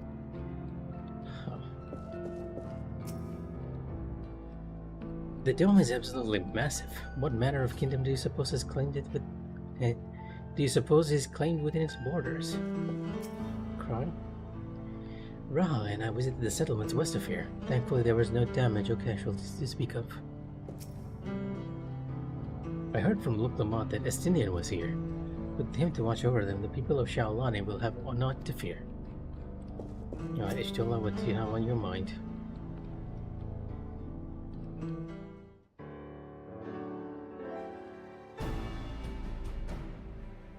Thanks to Estinian, there were no casualties to speak of in Shaolani. The Hetzera were safe as well. At the very least, there were no sightings of soldiers there. What about the dome? Did you learn of anything of note? It is composed of exceedingly high concentrations of lightning energy. To even touch the barrier would prove fatal. When approaching it, we must exercise all caution.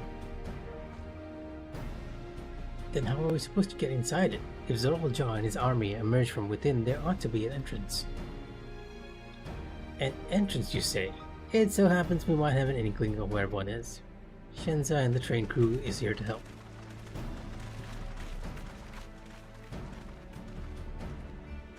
These are the engineers of the Jactural railing, which operates the train between Shaolani and Yasulani.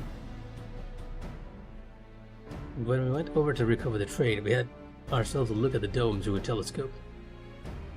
It was then we saw it, a large fortress-like structure that looked like it straddled the dome's edge. You're telling us part of it is inside and part of it is outside? That seemed to be the case, yes. While we only observed from afar, the soldiers were coming and going from it. From that, I'd say it served as a passage between the outside world and whatever's inside. But as you expect, the area was heavily defended. It won't be easy to get near. Do you know... Okay, give me a second. Do you know what became of the passengers who went to Yasulani? Buklaman's nursemaid was among them, a woman named Namika. What? I'm afraid not. Only those passengers who were headed back here are accounted for. I can't say for a fact that everything was fine when we arrived in Yasulani. But when the big tremor struck not long after we left the station, I hit the emergency brakes and looked back, and all I could see was the dome.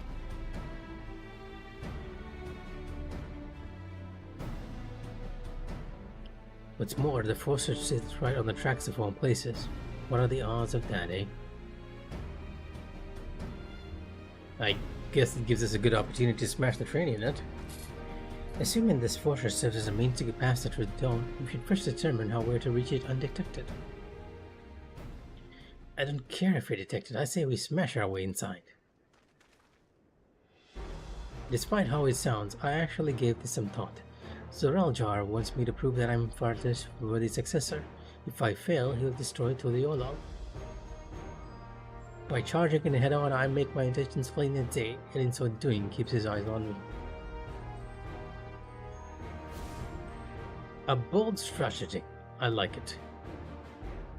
Of course, your plan will be no good if you're cut down before reaching their base. But you need something that will get you there quick and break through the defenses with a single, decisive blow. And we have just that. We're gonna use the train, aren't we? Since the tracks go straight to the fortress, we can reinforce our train with armor, load her with all the fuel she'll carry, and send her hurtling at it to explode on impact.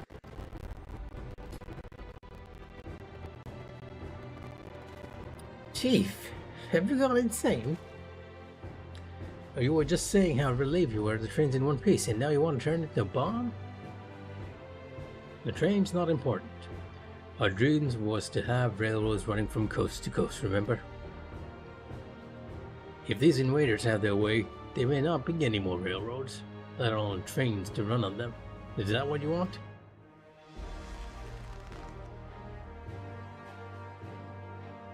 Ah yes, the fish scrunch, the hand scrunch to indicate anger. It's a sacrifice we have to make.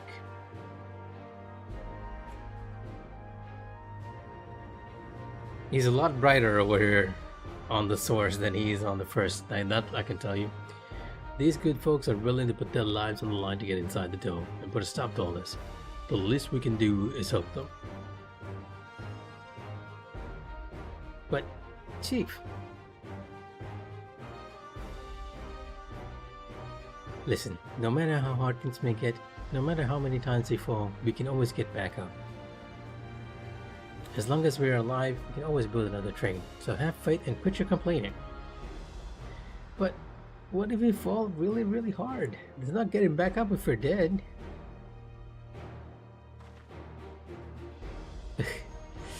It's a very different experience from the guys on the first. No one's dying on this train, I'll see it to myself. Oh wait, don't tell me she's actually gonna die. Needless to say, this will be a one-way trip, and we'll need to jump off at the last moment if we don't go on in a blaze of glory. You alright with that? I hope that this doesn't turn out in the same as the first way he loses his wife. There's no changing her mind, is there? Just promise you'll be careful out there, honey.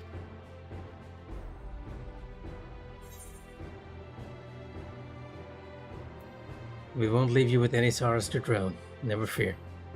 I really hope I can hold on to that claim. Seeing as I never had a drink in my life, I certainly hope not. Well, let's just say we know a version of you that did. It'd be a lie to say the loss of the train doesn't concern me. But with good friends and my loving wife beside me, that's all I really need in the end. Yeah, fair enough. Well, at least I'll go down as a legendary train that saved Tyrrell. That it will, but first we got work to do so she'll look the part.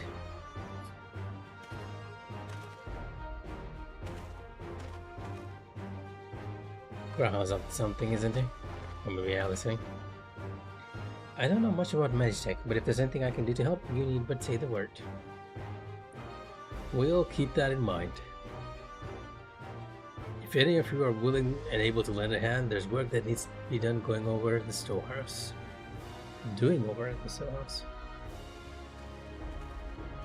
I guess we still have a few more quests before we rush in to attack. It seems we have a path forward. I believe this is a good time for me to return to Tuliolal and inform Kuana of the situation. I shall return as well. I have new investigations to pursue. Oh? The dome's elemental aspect is similar to that of the gate in the Golden City. If we can identify a connection, we may learn something of use in our fight. It's one mystery after the next, but at least we're not without clues. It may not be easy, but I know we can get through this together.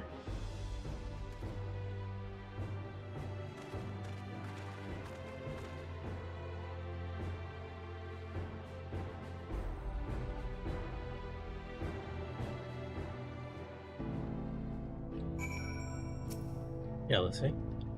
Well, we have a plan. Now let's finish this train and blast our way into the dome. Sounds like a plan. I hope Namika is safe. The ship seems content to remain waiting in the skies, so let us take this opportunity to do what we can and prepare. To use this train as an explosive is a brazen plan. We'll have but one attempt, so we had best make it count. Even only just having met them, I can see how important the train is to Waplika and the engineers. We can't let this sacrifice be for nothing.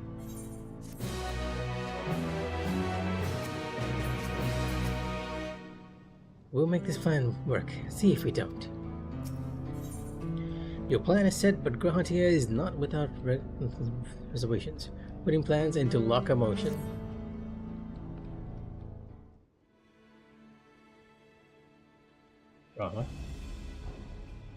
Well, I have no objection to the plan itself. I have one concern. How can we be certain Zoral Jaw will not strike Tuliolal in retaliation? I considered the possibility, but when my brother told me to come and prove myself, he meant it. He wants to show that his kingdom is superior to Tuliolal, and it'll give him no satisfaction to attack when he knows I'm not there. No, he'll be waiting inside the dome, waiting for us to challenge him so he can crush us and prove his strength. Indeed, if anything, we're more likely to put Tuliolal in danger by not taking the fight to him. So, we indulge in Zoralja, at least until Tuliolal has showed up its defenses. Right, we'll charge in from the front and keep his eyes on us.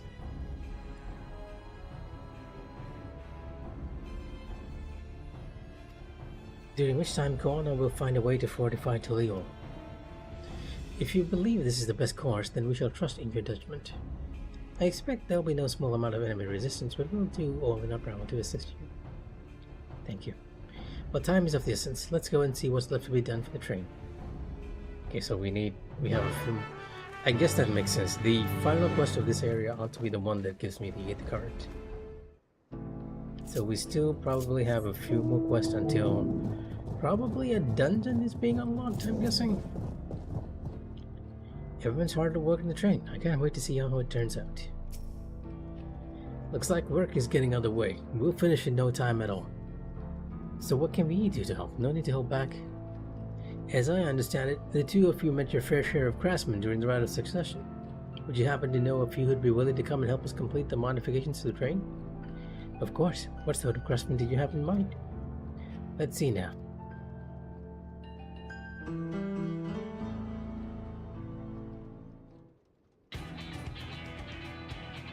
for the pipe music.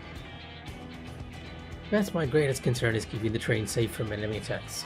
Even with you all aboard to fend them off, it would be over in an instant if they managed to get just one good hit on the surrounding tanks. According to eyewitnesses, the soldiers used lightning-based weapons, so I might install grounding rods. Would you happen to know a carpenter who can handle them? We could ask the fellow with the fetish for formalities. I don't want to be mean to Wukawu, so we could ask Wukawu. A master carpenter from Okhanu, eh? If they'd be willing, we'd be glad to have them. No objection from me. Just be sure not to forget their traditional greeting. We'll need more than just a carpenter if we want this done in a timely fashion. We've got a lot of equipment that needs moving. Heavy equipment. I don't suppose we know anyone up to the task. Perhaps Fonjantine can help. Well, it can't be Fonjantine. It has to be Zomurver.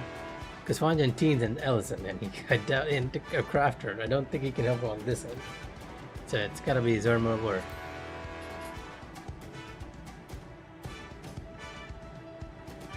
Zomurver would be perfect. It would be hard pressed to find folks stronger than the Yakui, and I'm sure he'd be willing to help. You're friends with the Yakui? I'll be damned. We'll not want for strength with help like that. Graha in the background just looking at us.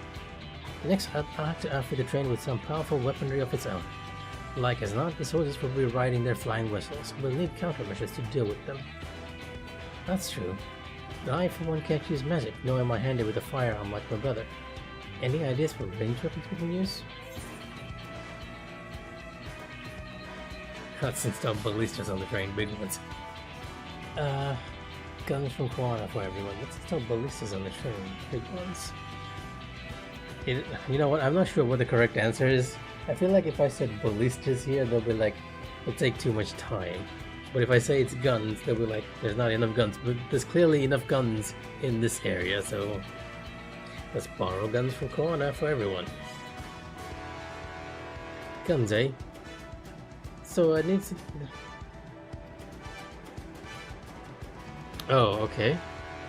Graha is actually there to let me know if I say it wrong. And I see no reason why the design cannot be adapted for train. Well, I did not conceive them myself, I know the design, which is impossible to build them here, provided we have the requisite materials and skilled smiths. Now that sounds like something Fonjantine can help with. What are the materials we need? It was the stupid answer, which was the correct one, by the way. The barrel can be fashioned from any metal, as long as it's completely conducted to ether. To power the cannon, we would require fire aspect crystals of the highest purity. Fire crystals, eh? My peers and miners over at the springs can help with that. Then if I could leave the crystals and smiths in Edward's hand, I shall get to start drawing up the schematics. Right then, I'll secure us the smiths.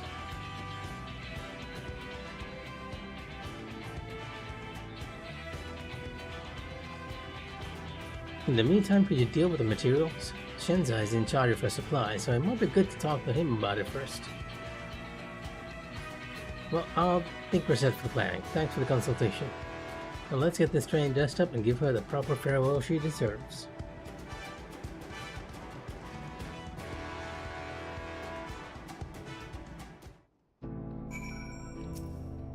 Well, what? The plan's coming together. To any good speed, I'm going to try and enlist some more help from my friends back in Yokturong. I'll leave the materials in your care. I think I saw Shenzo over to the southeast. Over to the southeast, which is this way.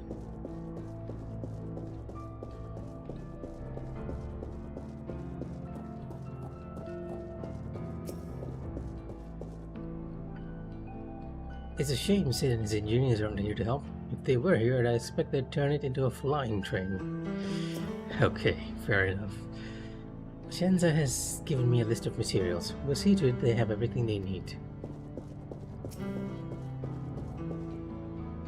Right, time to put my knowledge gained in the first to use. That should be enough lumber for the armor. What else do we need? Oh, sorry, I didn't see you there. What can I do for you? I need a list of materials for the train. Etheric cannons? Well, a list of materials for the cannons. Interesting. I have an idea where we could conduct a metal, so I'll take care of it. I'm not sure about the fire crystals though. Might be best if you spoke directly with the miner. Can I leave that to you? I guess I'd... Great. You're friends with Yate, aren't you? One of the best miners around. If anyone can get you the crystals you're after, it's her. Interesting. Now that I think about it, you know, I had in my mind that Yate was wearing like gathering gear, and I was like, why couldn't they just give us gathering gear as glamour for other classes since Yate was wearing it? But I didn't think that she was an actual miner. I feel like no one mentioned that detail. Or maybe because she was part of the... Oh, I actually went to the wrong place. Or maybe because she was part of the Shatona, I had it in my mind that she was more of a hunter than a miner. Or at least could battle. But she did say that she was impressed by Estinian, so maybe that was the hint that she could not fight. Or was not as skilled as the rest of us. Oh, Mika, what makes you around these parts? Well, I'm in need of a miner who may get fire crystals. The purest fire crystals, you say? I think I have told them before, but what was that about? Okay, good. I actually on 97, and this is a 96 quest. Let's funnel our EXP into... Which is the lowest? Is Bard the one I have the lowest, or Red Mage? Bard is this much. Or Red Mage is the lowest. Okay, we'll funnel it into Red Mage. And this ought to be the final quest. Okay, maybe I should just do it at Paladin in case there's a cutscene here. Before that, let me just come back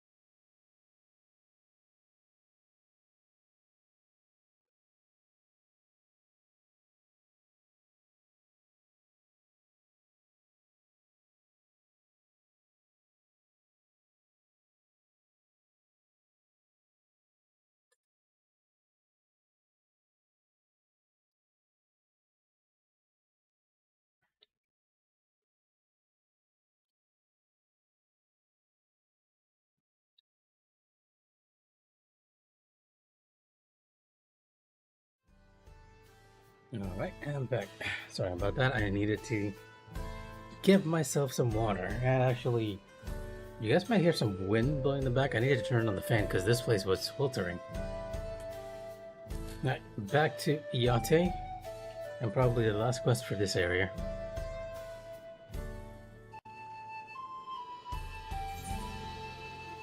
A hot commodity.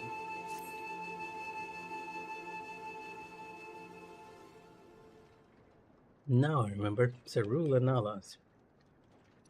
Oh yeah, I guess the blue Agnis.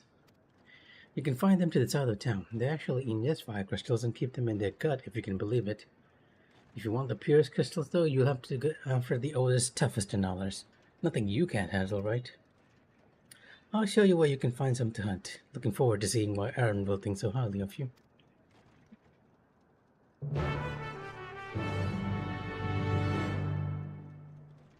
Interesting. You might be looking forward to my Aaron will think so highly of the Warrior of Light, but I am looking forward to finally being able to fly in this zone, because there's a bunch of materials over here that is kind of difficult to mine when you haven't unlocked flying.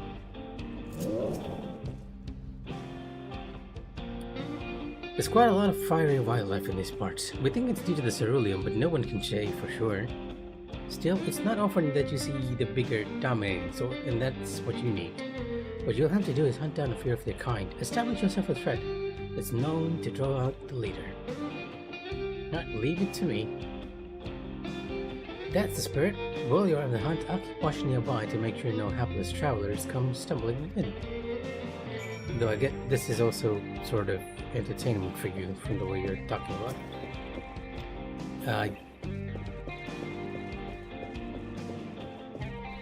Cerul Analas, not Daras. No polytenders too. I'll save my flight of light for the actual battle.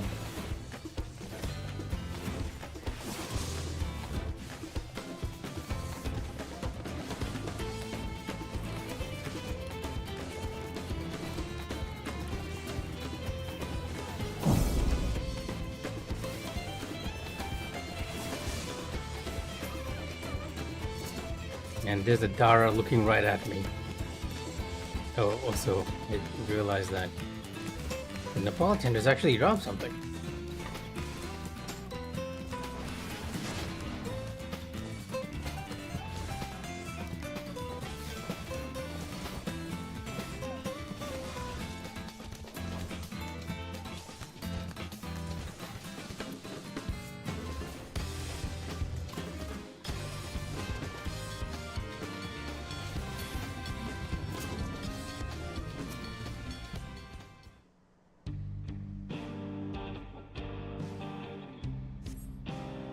You see no signs of your prey.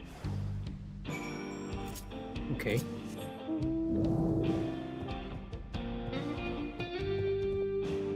Unfortunate. Usually Final Fantasy doesn't really like wasting a player's time doing MSQs, so I'm a bit caught off guard there.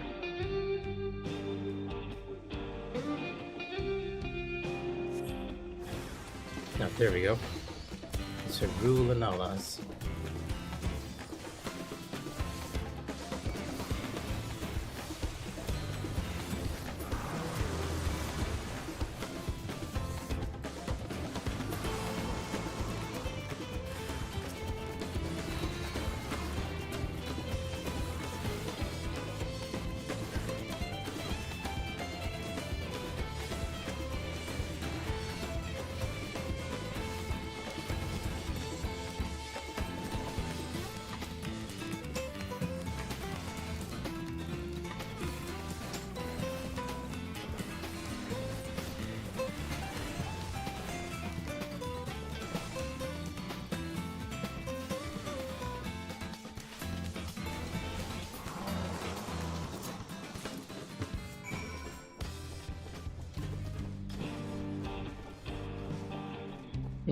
with that little segue, we can finally get on with the mission.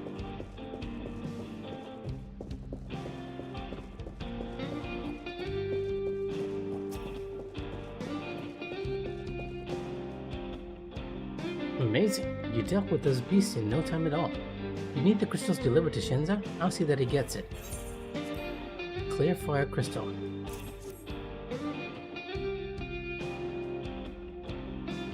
These fire crystals are on the train, aren't they?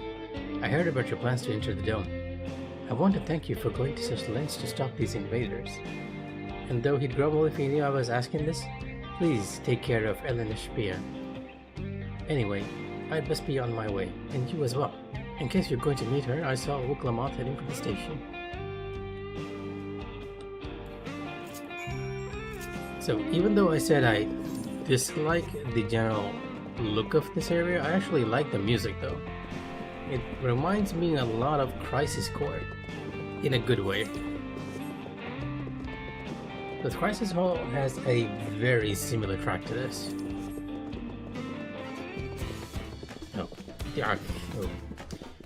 They did such a good job of making sure the Nepali tenders blend in with the background, especially if they're not moving.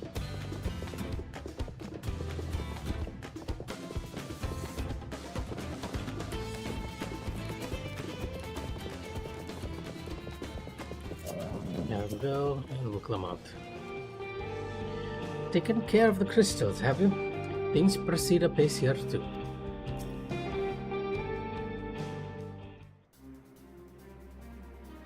Yenza told me you got the crystal for him. Good work. I've just returned from looking for extra help. We'll see in a moment who answers the call. Like everybody we help, probably. All will be in readiness for them when they arrive. Damn it. I'm idle for a moment and all I can think about is my home. Keep your chin up, Aaronville. We'll be on our way soon, and we'll find your mother. It'll be good to see her after all these years. There's so much I'd like to ask her about her time together with Papa. Oh, she'll talk your ears off. Once my mother starts, there's no stopping her. I wouldn't want it any other way. Right, let's return to helping where we can. The real work begins when the extra hands arrive.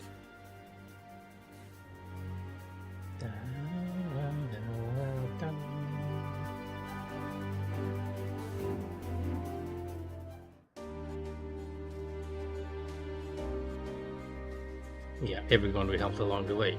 Of course, it's not a Final Fantasy game without the power of friendship appearing at some point. And we all give a pass for it, and that's one of the things we like about Final Fantasy after all.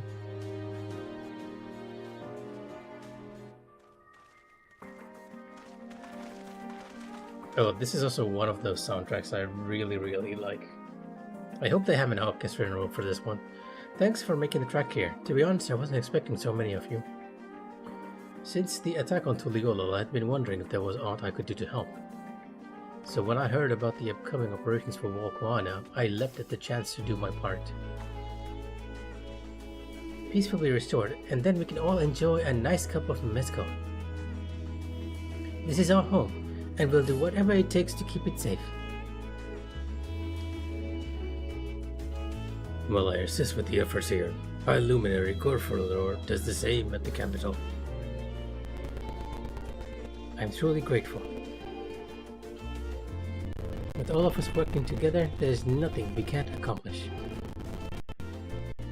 Let's get to it, my friends.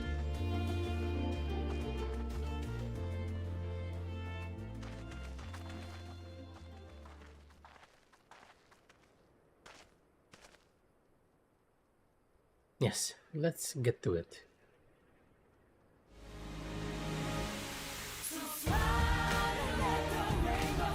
Oh, well, I feel like I'm about to get copyright striked over here.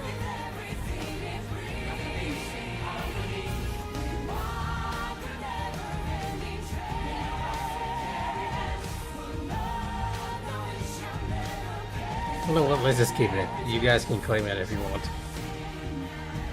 Enjoy the good soundtrack.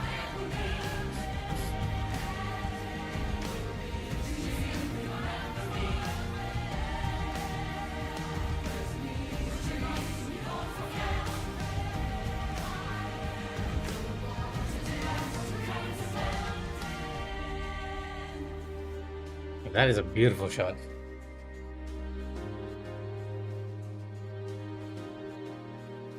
They really did a good job at that dawn, like twilight hours skybox. I really enjoyed it even back in Tulliola, the main city. Looks like everyone we met is kind of working here too. It's taking more than just one day to finish this.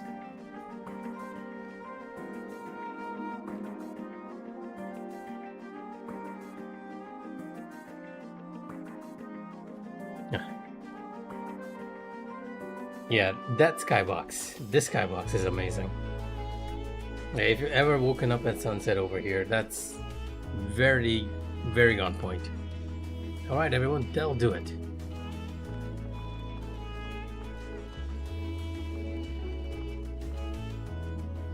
You've done your part. Leave it to us to finish mounting the armor and cannons and help yourselves a hard-earned rest. Thank you all again for answering the call. No need for thanks. Now, whenever you need help, just give us a holler. Indeed, we must all do our part when our nation is imperiled. Yeah, we love Tyrell and we love you, Wuklamant.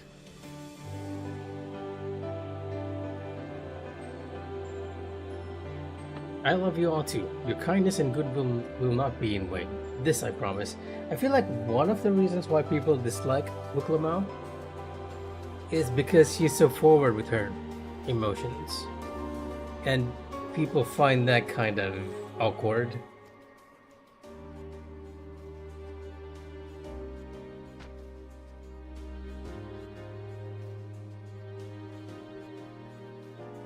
You know, it would have been nice if we actually got some of the class quest trainers in here, like the crafting class quests, because we are working on something.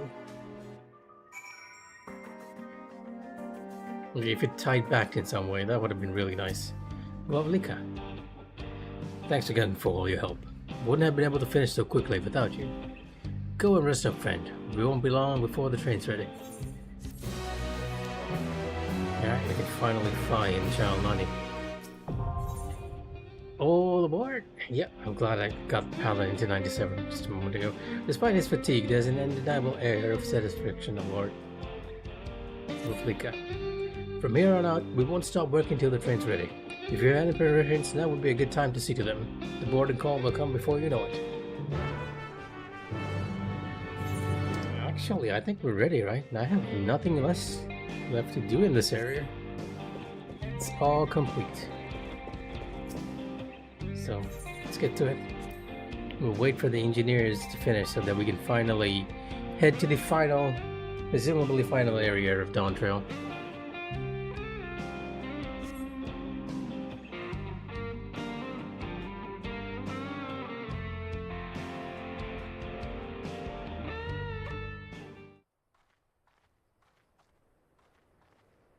Right, we're just about done with the modifications, but I have to stress that we cannot afford a test run. It's fine. We understand and accept the risks. We have faith in you and your craft.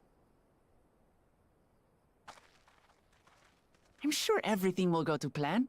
With all the hard work everyone's put in, it couldn't be otherwise.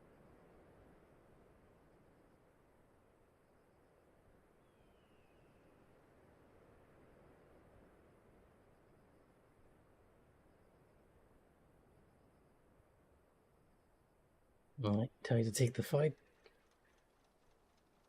Finished at last!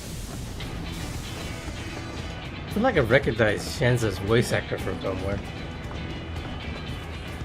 Yeah, look at how happy that fellow is. Because of the train. What? Intarnation. Behold, the pinnacle of locomotive engineering, the Dawn Blazer. Amazing! Yep, she's been fitted with wooden armor and a crystal grounding rod to mitigate the effects of lightning. Naturally, we had to overhaul the engine so it could handle the extra weight. I also had her outfitted with etheric cannons, the better to contend with enemy forces. And as they're modelled upon those used at the Crystarium, I can attest to their potency. So, what do you reckon? Given the tight turnaround, I'd say we did a damn good job.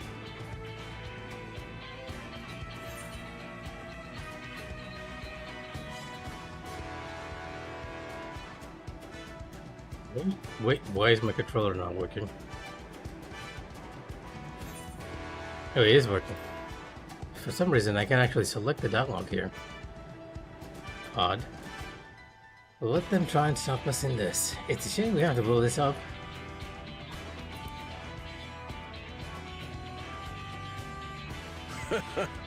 Glad she's to your liking.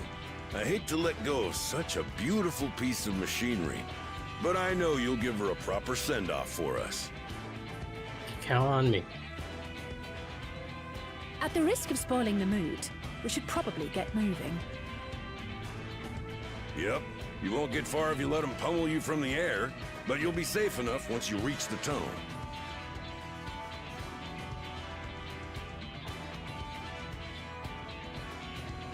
In that case, I will conceal the train with a spell once everyone is on board. Oh, It yeah. should last long enough for us to reach the tunnel unnoticed. This was something Graha did before as well. Something that we forgot. Right. So everyone, are we ready?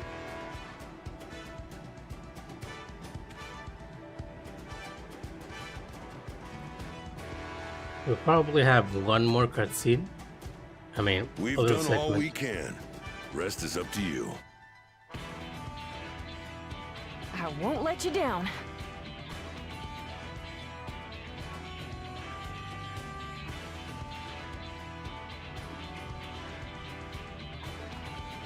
All aboard!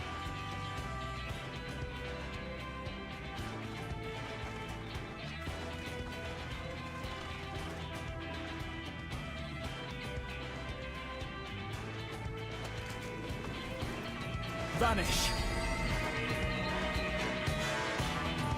Yep, do not select, you vanish.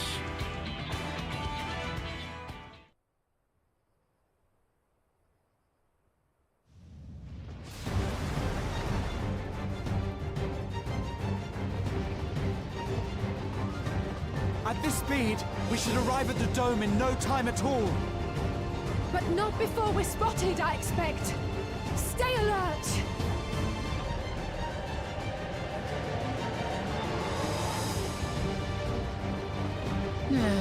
Here we go.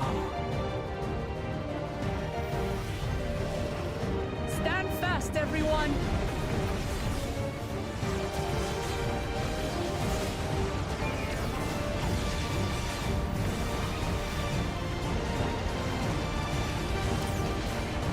Of course, we gotta take at least one down. We haven't actually gotten any action sequences here. Too much in this Dawntrail. No, you don't.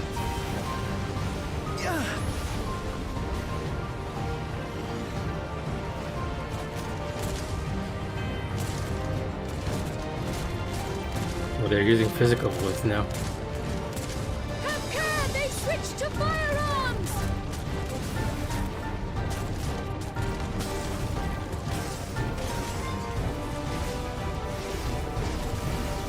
Oh, snap. You might want to get rid of that one, uncouple that car and all. Oh dear. Raha, jump!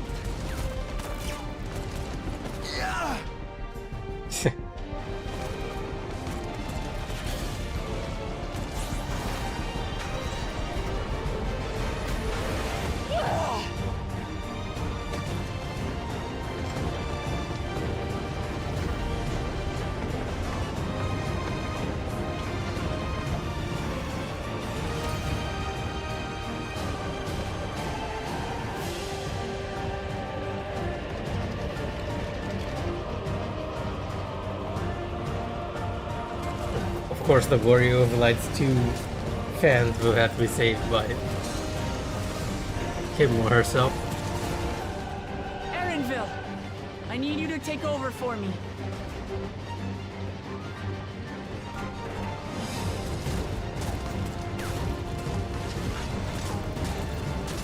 She's swatting over the bullets.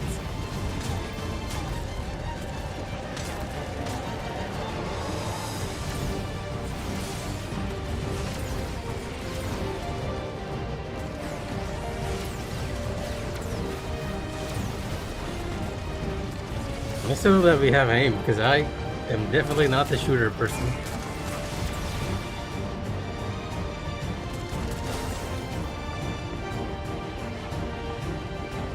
End of the line, everyone!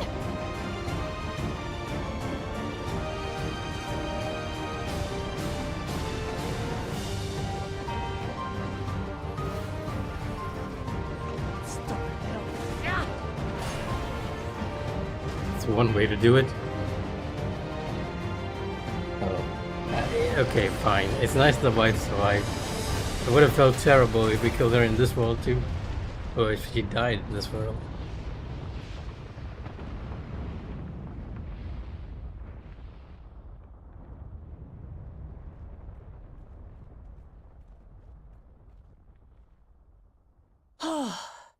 That was too close.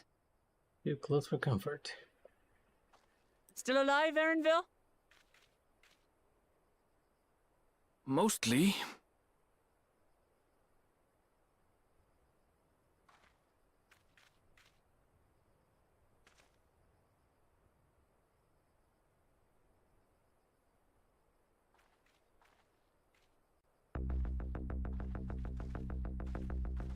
Okay, that's the music we get before we enter into a dungeon.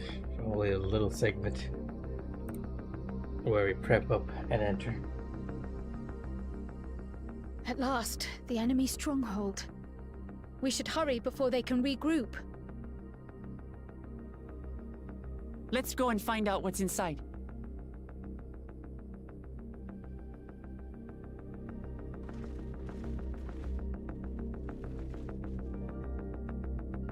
Definitely made a mess, that's for sure.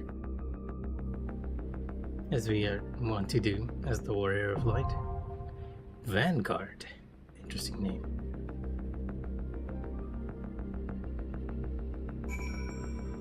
Erinville.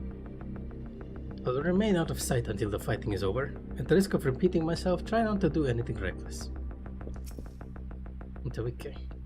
The rest is up to you. I can make my own way back, so don't worry about me. Take care and good luck. See? Small talk. Just a little further and we'll be inside the dome. Crap. We could have made it this far without the train. Let us see to it we go the rest of the way. Crap. The idea of venturing into enemy territory is daunting, but I believe I'm ready. Or as ready as I'll ever be. We'll climb out. There's no way Zoralja will be able to ignore our explosive entrance. Alright, let's form a party. I'll enter with NPCs this time. Ah, okay. Yeah, okay. In this case, let's say can't heal. Normally, it's Alice who does the healing. Actually, it's been a while since we had a Scion group, so let's give it our all. I stand ever ready. Let's stick with the Scions for this one. I have nothing against Buklamat, but yeah, a full Scion group will be nice. End selection. Vanguard.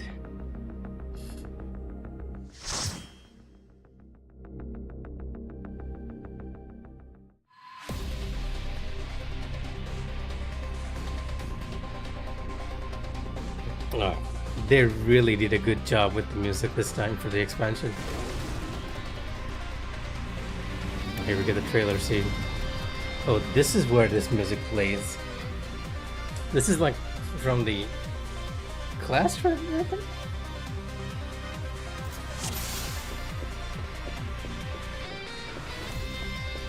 Yeah, this is the class trailer, definitely. We don't have a macro on this.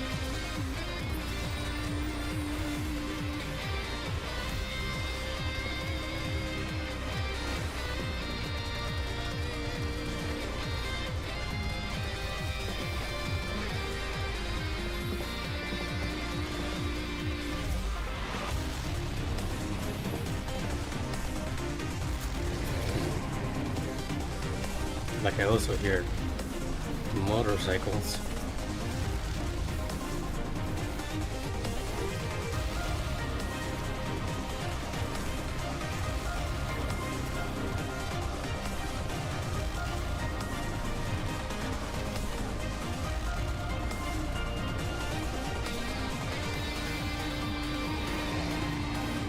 Oh, it's actually the sound of these guys dying. It almost sounds like a motorcycle rev of sorts.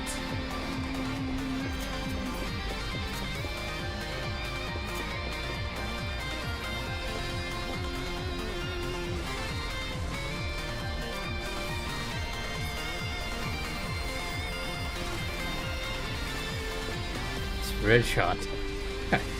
Dying. I guess even machinists needs their time in the sun.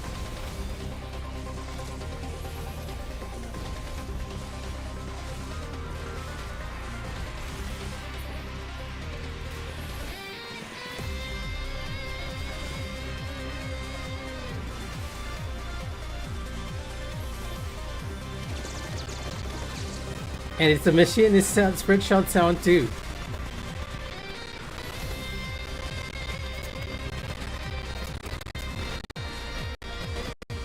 I can't actually tell whether they're AoEing or not. I feel like Cryo actually AoEs. Oh wait, even Alice is actually AoEing. Wow, okay. Or not? Okay, maybe not. It's single target, but they're definitely throwing in some AoE skills in there now, which is not a thing Trust used to use. Is the music too loud, or am I speaking too loud? I can't be sure. Enemy sighted. R7 sentries prepare to engage. Artificial intelligence. Well, that didn't take long. You guys might wanna. Okay. Vanguard sentries.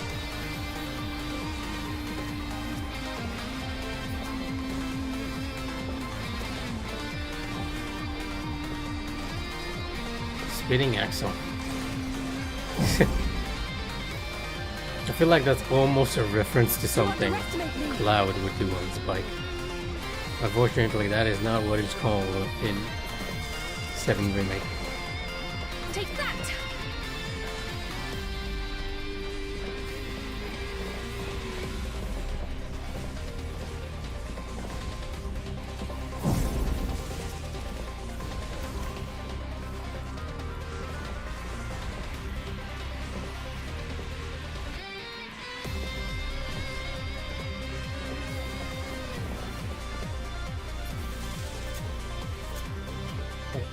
Beat song though.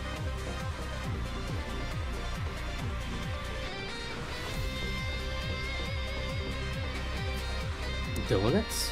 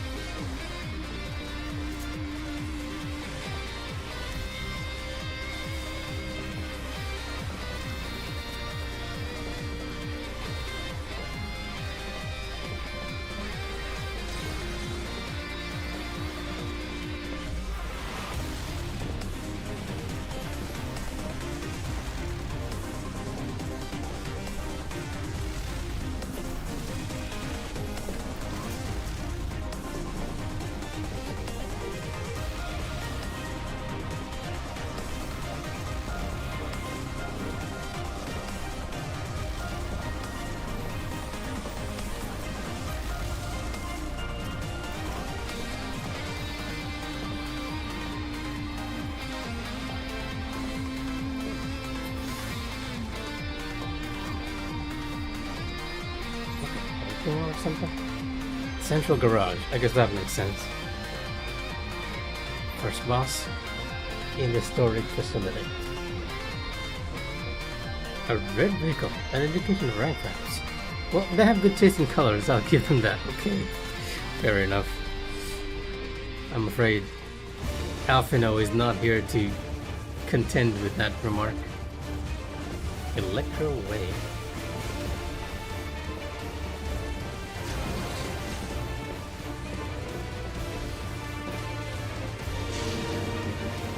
Enhanced mobility. Beware the wing blade.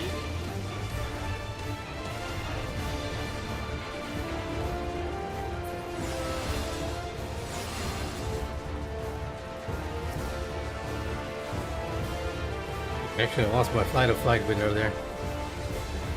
Dispatch, probably more ads or turrets.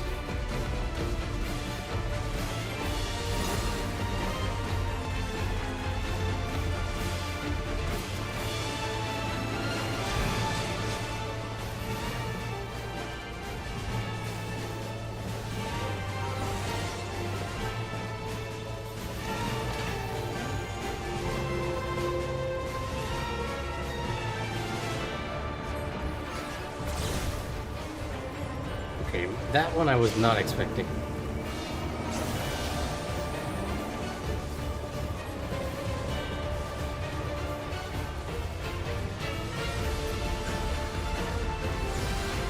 I can't attack it when it's like this.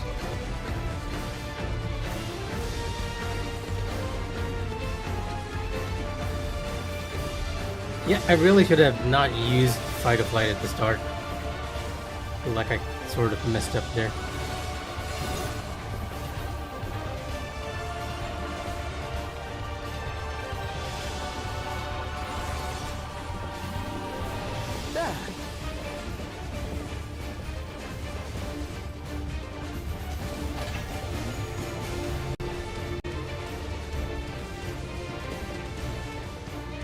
This one's actually happening afterwards.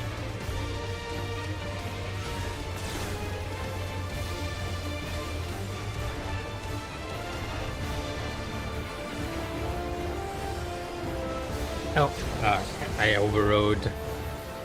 I overrode my buffs. How's this?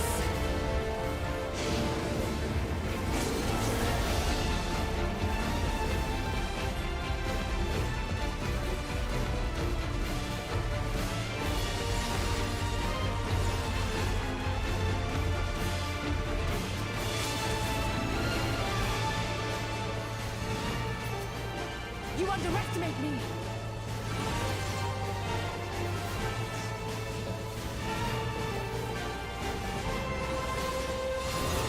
Ooh, okay. That was...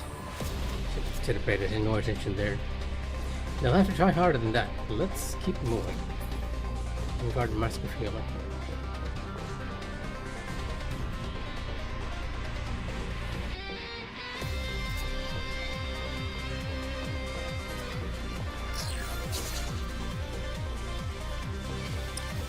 Very different from Elegant Tech.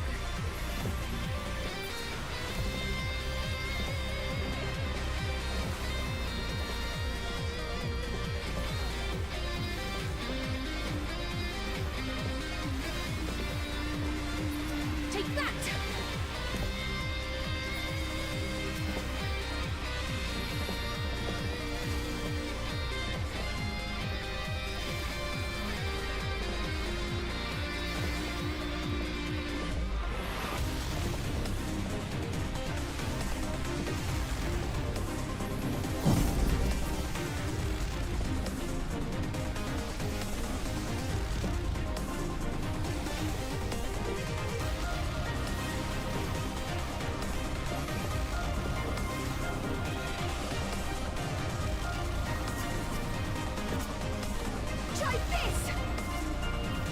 Oh, I missed a combo there.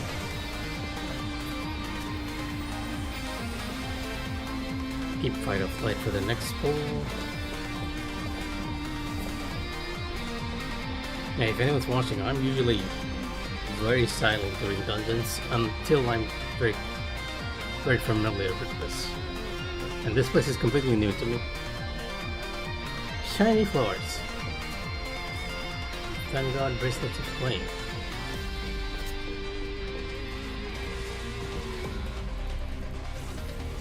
Oh, come on.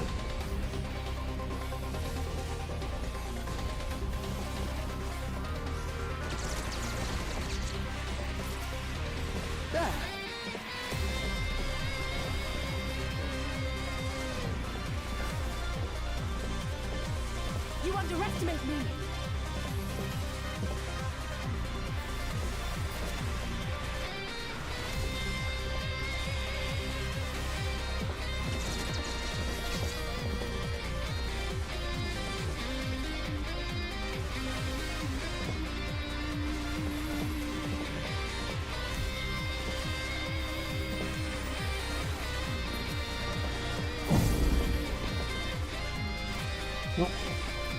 There's one thing I can tell you is that Paladin's rotation hasn't changed whatsoever during dungeons. Maybe they'll feel a bit more fleshed out once we get the 100 skill. But right now it feels same old, same old. Although I doubt one additional GCD is gonna change that. Electro Beam.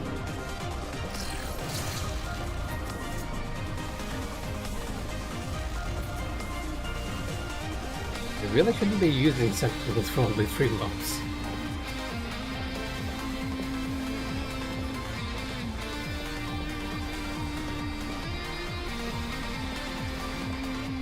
You underestimate me!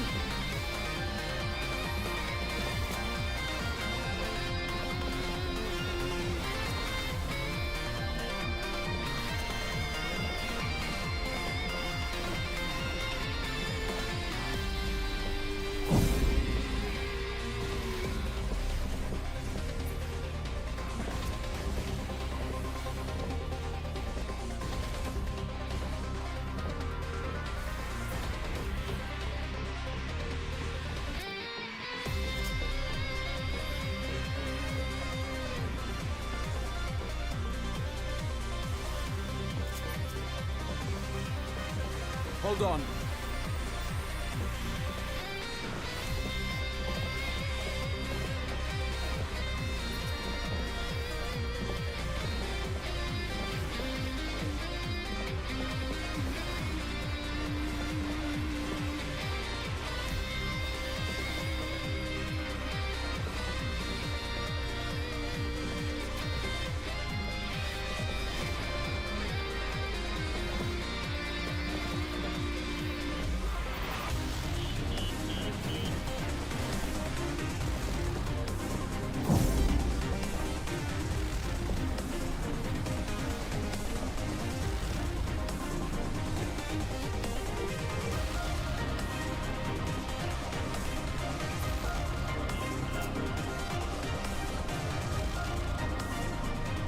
That ought to be it for all the mobs. Yep. I've noticed that it actually made things like a lot. And even if you're going through the dungeons, it feels shorter in comparison. Or maybe it's just how the general layout is set. If I played with players and did double pulls here, that would have been even faster. What are you again? Protector. Intruder Protector. Initiating Purge Protocol. There. Using Electro Wave.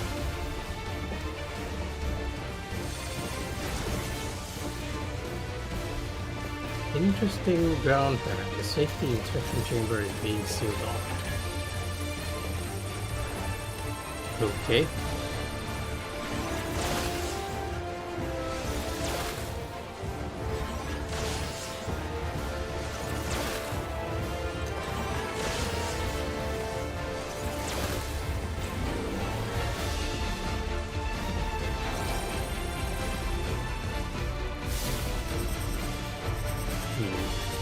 Don't tell me these things actually reflect as well.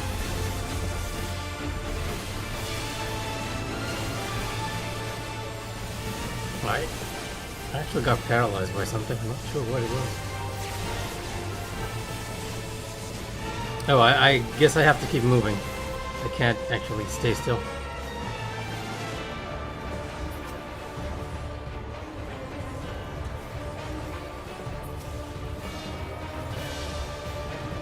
Motion sensor. Oh wait, did I actually run through the beam? Is that why?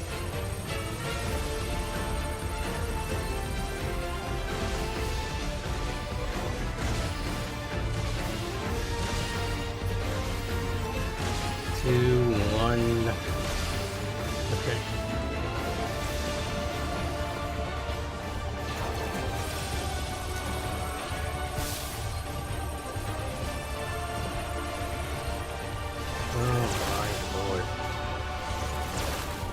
Yeah, all my casual friends are definitely gonna have a field day with this boss.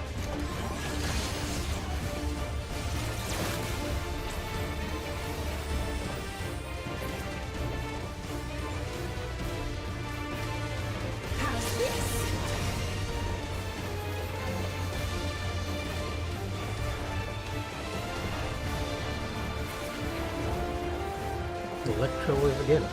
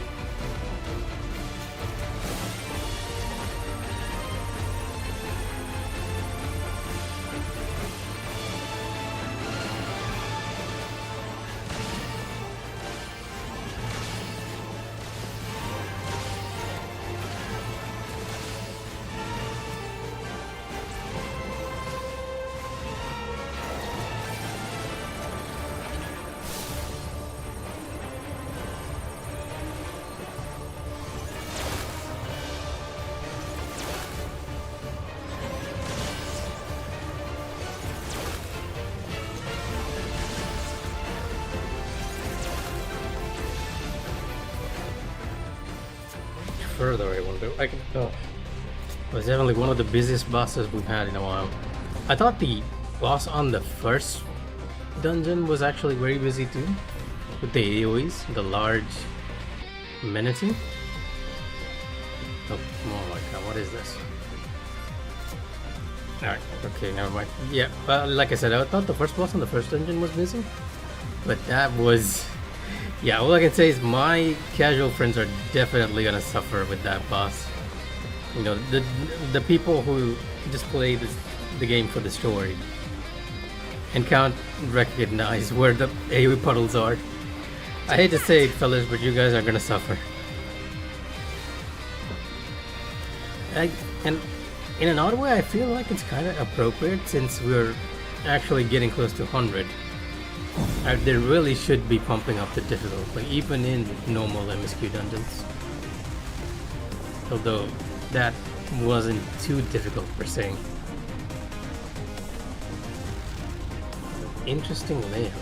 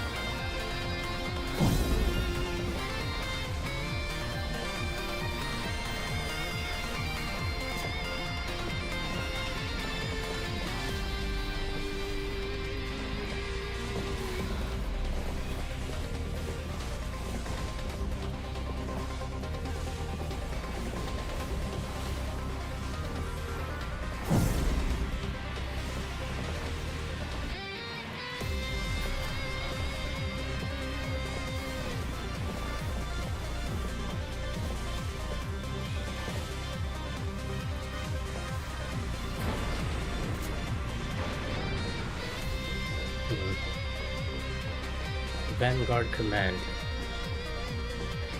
Send an authoritative voice. The command will not tolerate failure.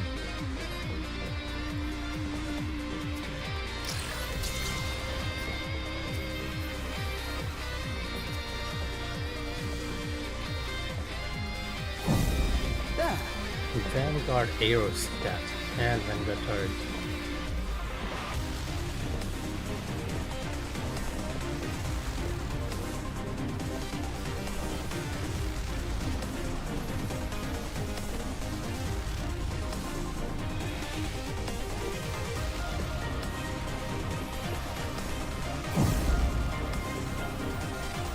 Pop Divine Will for some extra shields.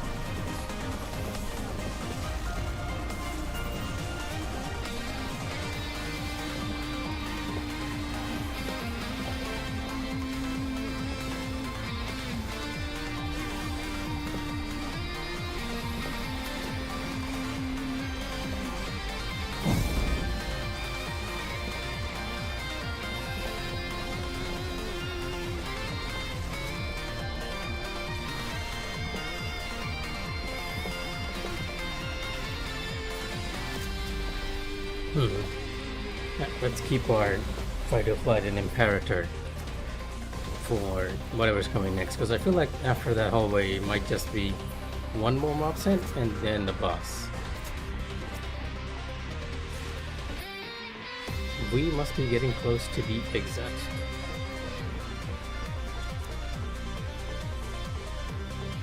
Purging hostiles. Resistance is futile.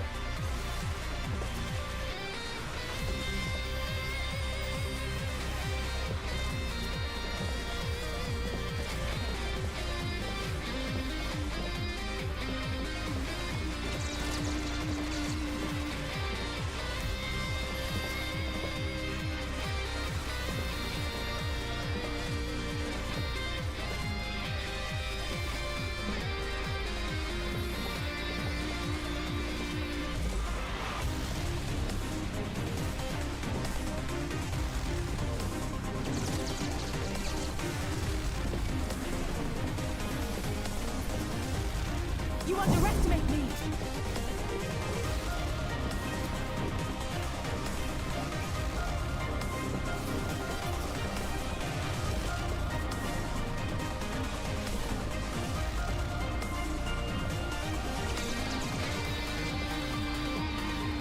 You underestimate me!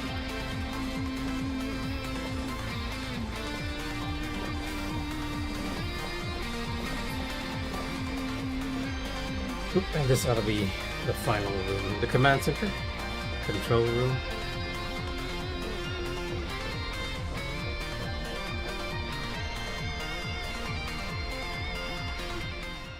Oh, what do you have here as a box? A person? It's such a serious spree should be allowed, but it ends now. Graloof? Xander the Snake Skinner. What? Okay, never mind. Ophidian Outrider. We redeem our honor with your lies. Okay. I thought it was Galoof because it was a hairstyle, but Galoof actually didn't have a hairstyle like that at all. And his hair was gray. The face, however. Something's not right about this.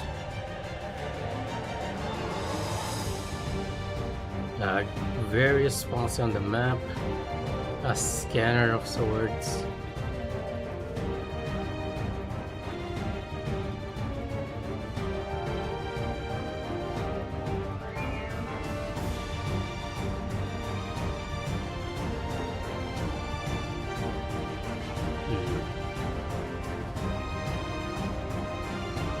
Can't quite tell what they're looking at here.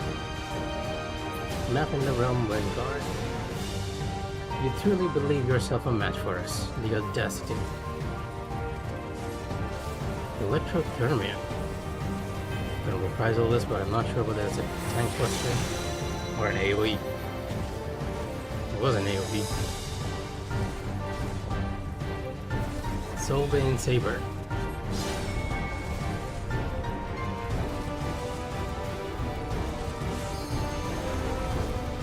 Okay, interesting.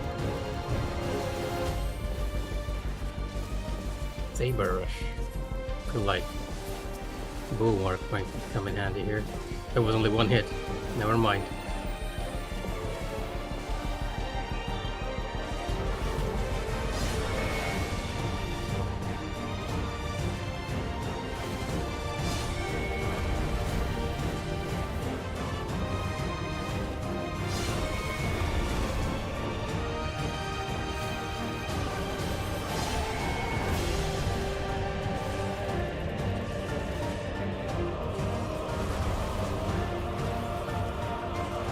Termier again, the Faisal.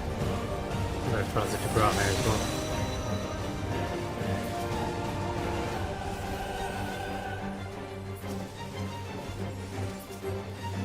He's actually losing a lot of health now that I'm looking at it. This can't beat him, right? There has to be a second phase to this.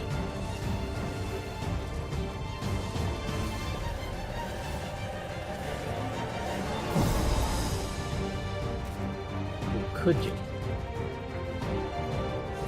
Yeah, he is just gonna revive again. Yep. No more games.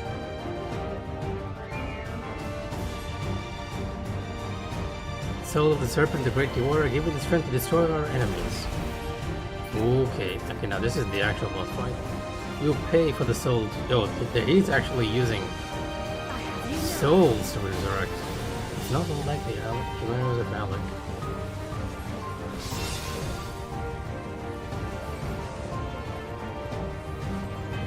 Excuse me, where are you going?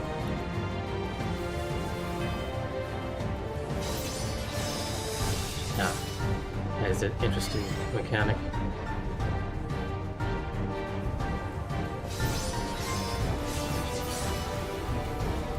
Something tells me I could have kept my craft closer for this.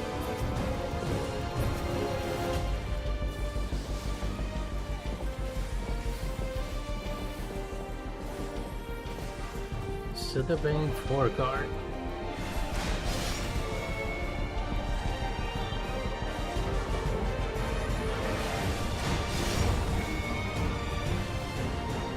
There's a weird ringing sound with that too. Oh, wait.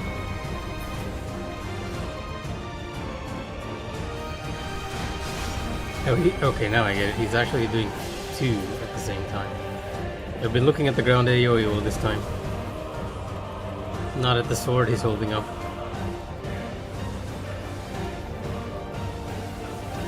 Screech.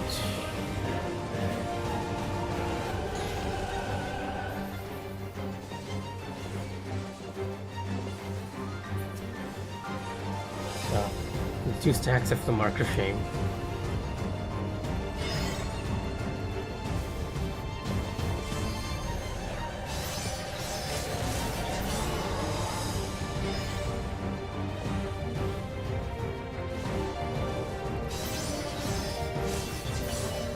It is very interesting though. I think that is the first time we've ever seen a sort of marker like that. And I have to wonder if they intend to sort of bring it back in the future with something else. Oh, sorry, I'm not looking. Each time it's when I'm not looking.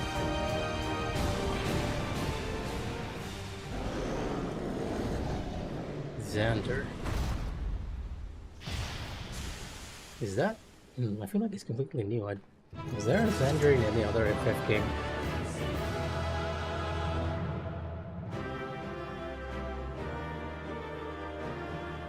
Plymouth running in.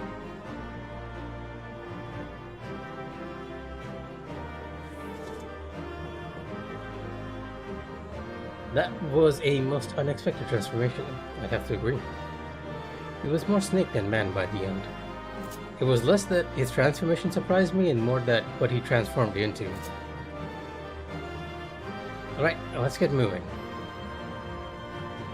Nothing to say? Okay. Vanguard, Samurai Blade, Vanguard, Jacket of Casting. And we have Sabatons, but let me keep on my old pair until... Wait, where is my old pair? Until we see the cutscene. If there is a cutscene.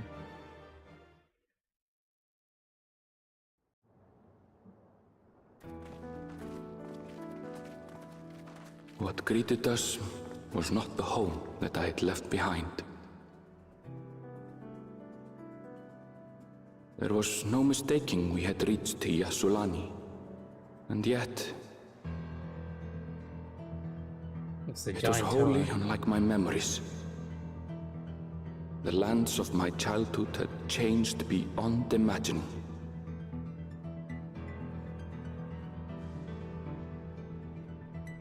To where had I returned?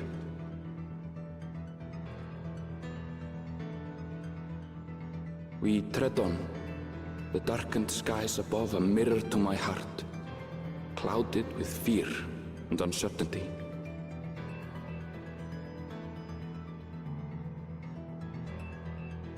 How bizarre. This cannot be Yassulani, can it? No, not the Yassulani we know. It does make for one interesting looking locale though. Heritage found. Jacques Turan.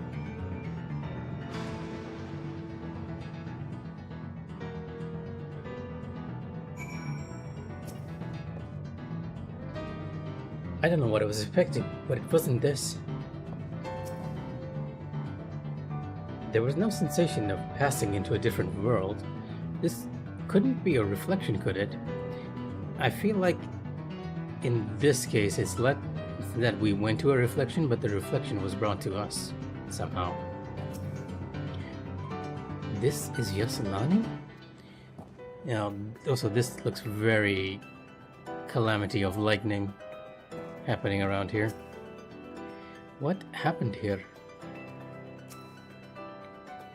I was prepared for something strange, but this is like another world. I don't understand. All aboard is complete.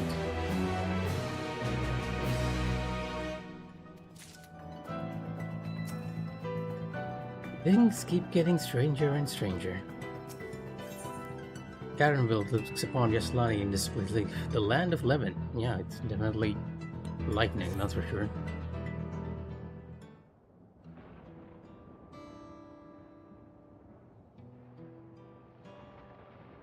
It doesn't make sense. The tower, was it always there?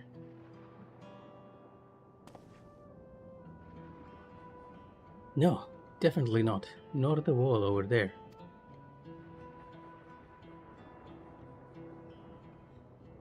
The material is not something we used in Tural. It's closest to what we saw at the gate of the Golden City, or those mechanical soldiers.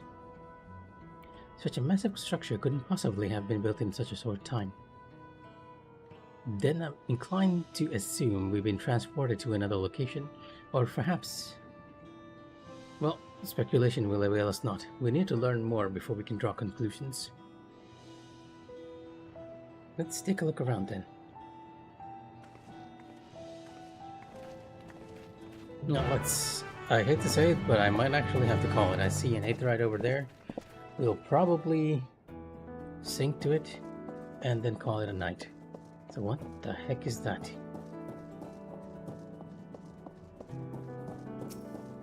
Yeah, no, at least the zone music is a good. Axebeak.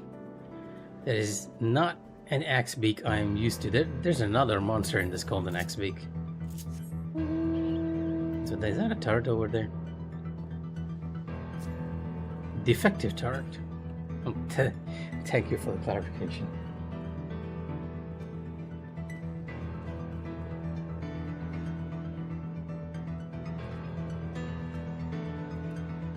No, it almost feels like everyone's stopping to look at that fate spawn over there. I recognize the lay of the land. It is definitely Yasulani, and yet I haven't seen anyone so far. They were probably captured as fodder for souls, by the sounds of it. This place is unnatural in a way I've never seen before. The place is isolated by the dome, but the skies are heavy with thunderclouds. The air was saturated with lightning aspected ether. That looks like a train station, doesn't it? That must be Yasulani Station, where the passengers disembarked. Then perhaps we'll find someone to talk there. Let's go and investigate. Now, we might not have plenty of people to talk about, but we do have gatherers. Gathering. There's a pink townberry over here.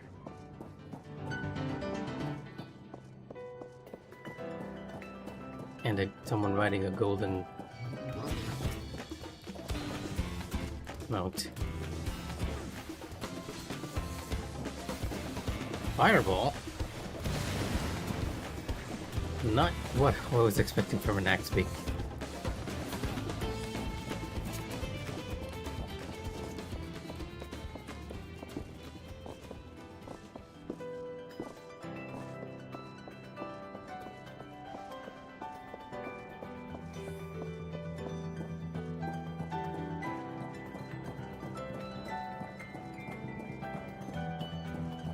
Discover a new location. Yasulani Station. It's like we have a whole region left. I thought it was almost over with the story, but I guess not. Anyhow, we actually continue the story another time. I'm actually gonna log off and call it a night. It's almost 1 AM over here. If anyone's watching, take care, good night, and stay safe. Bye.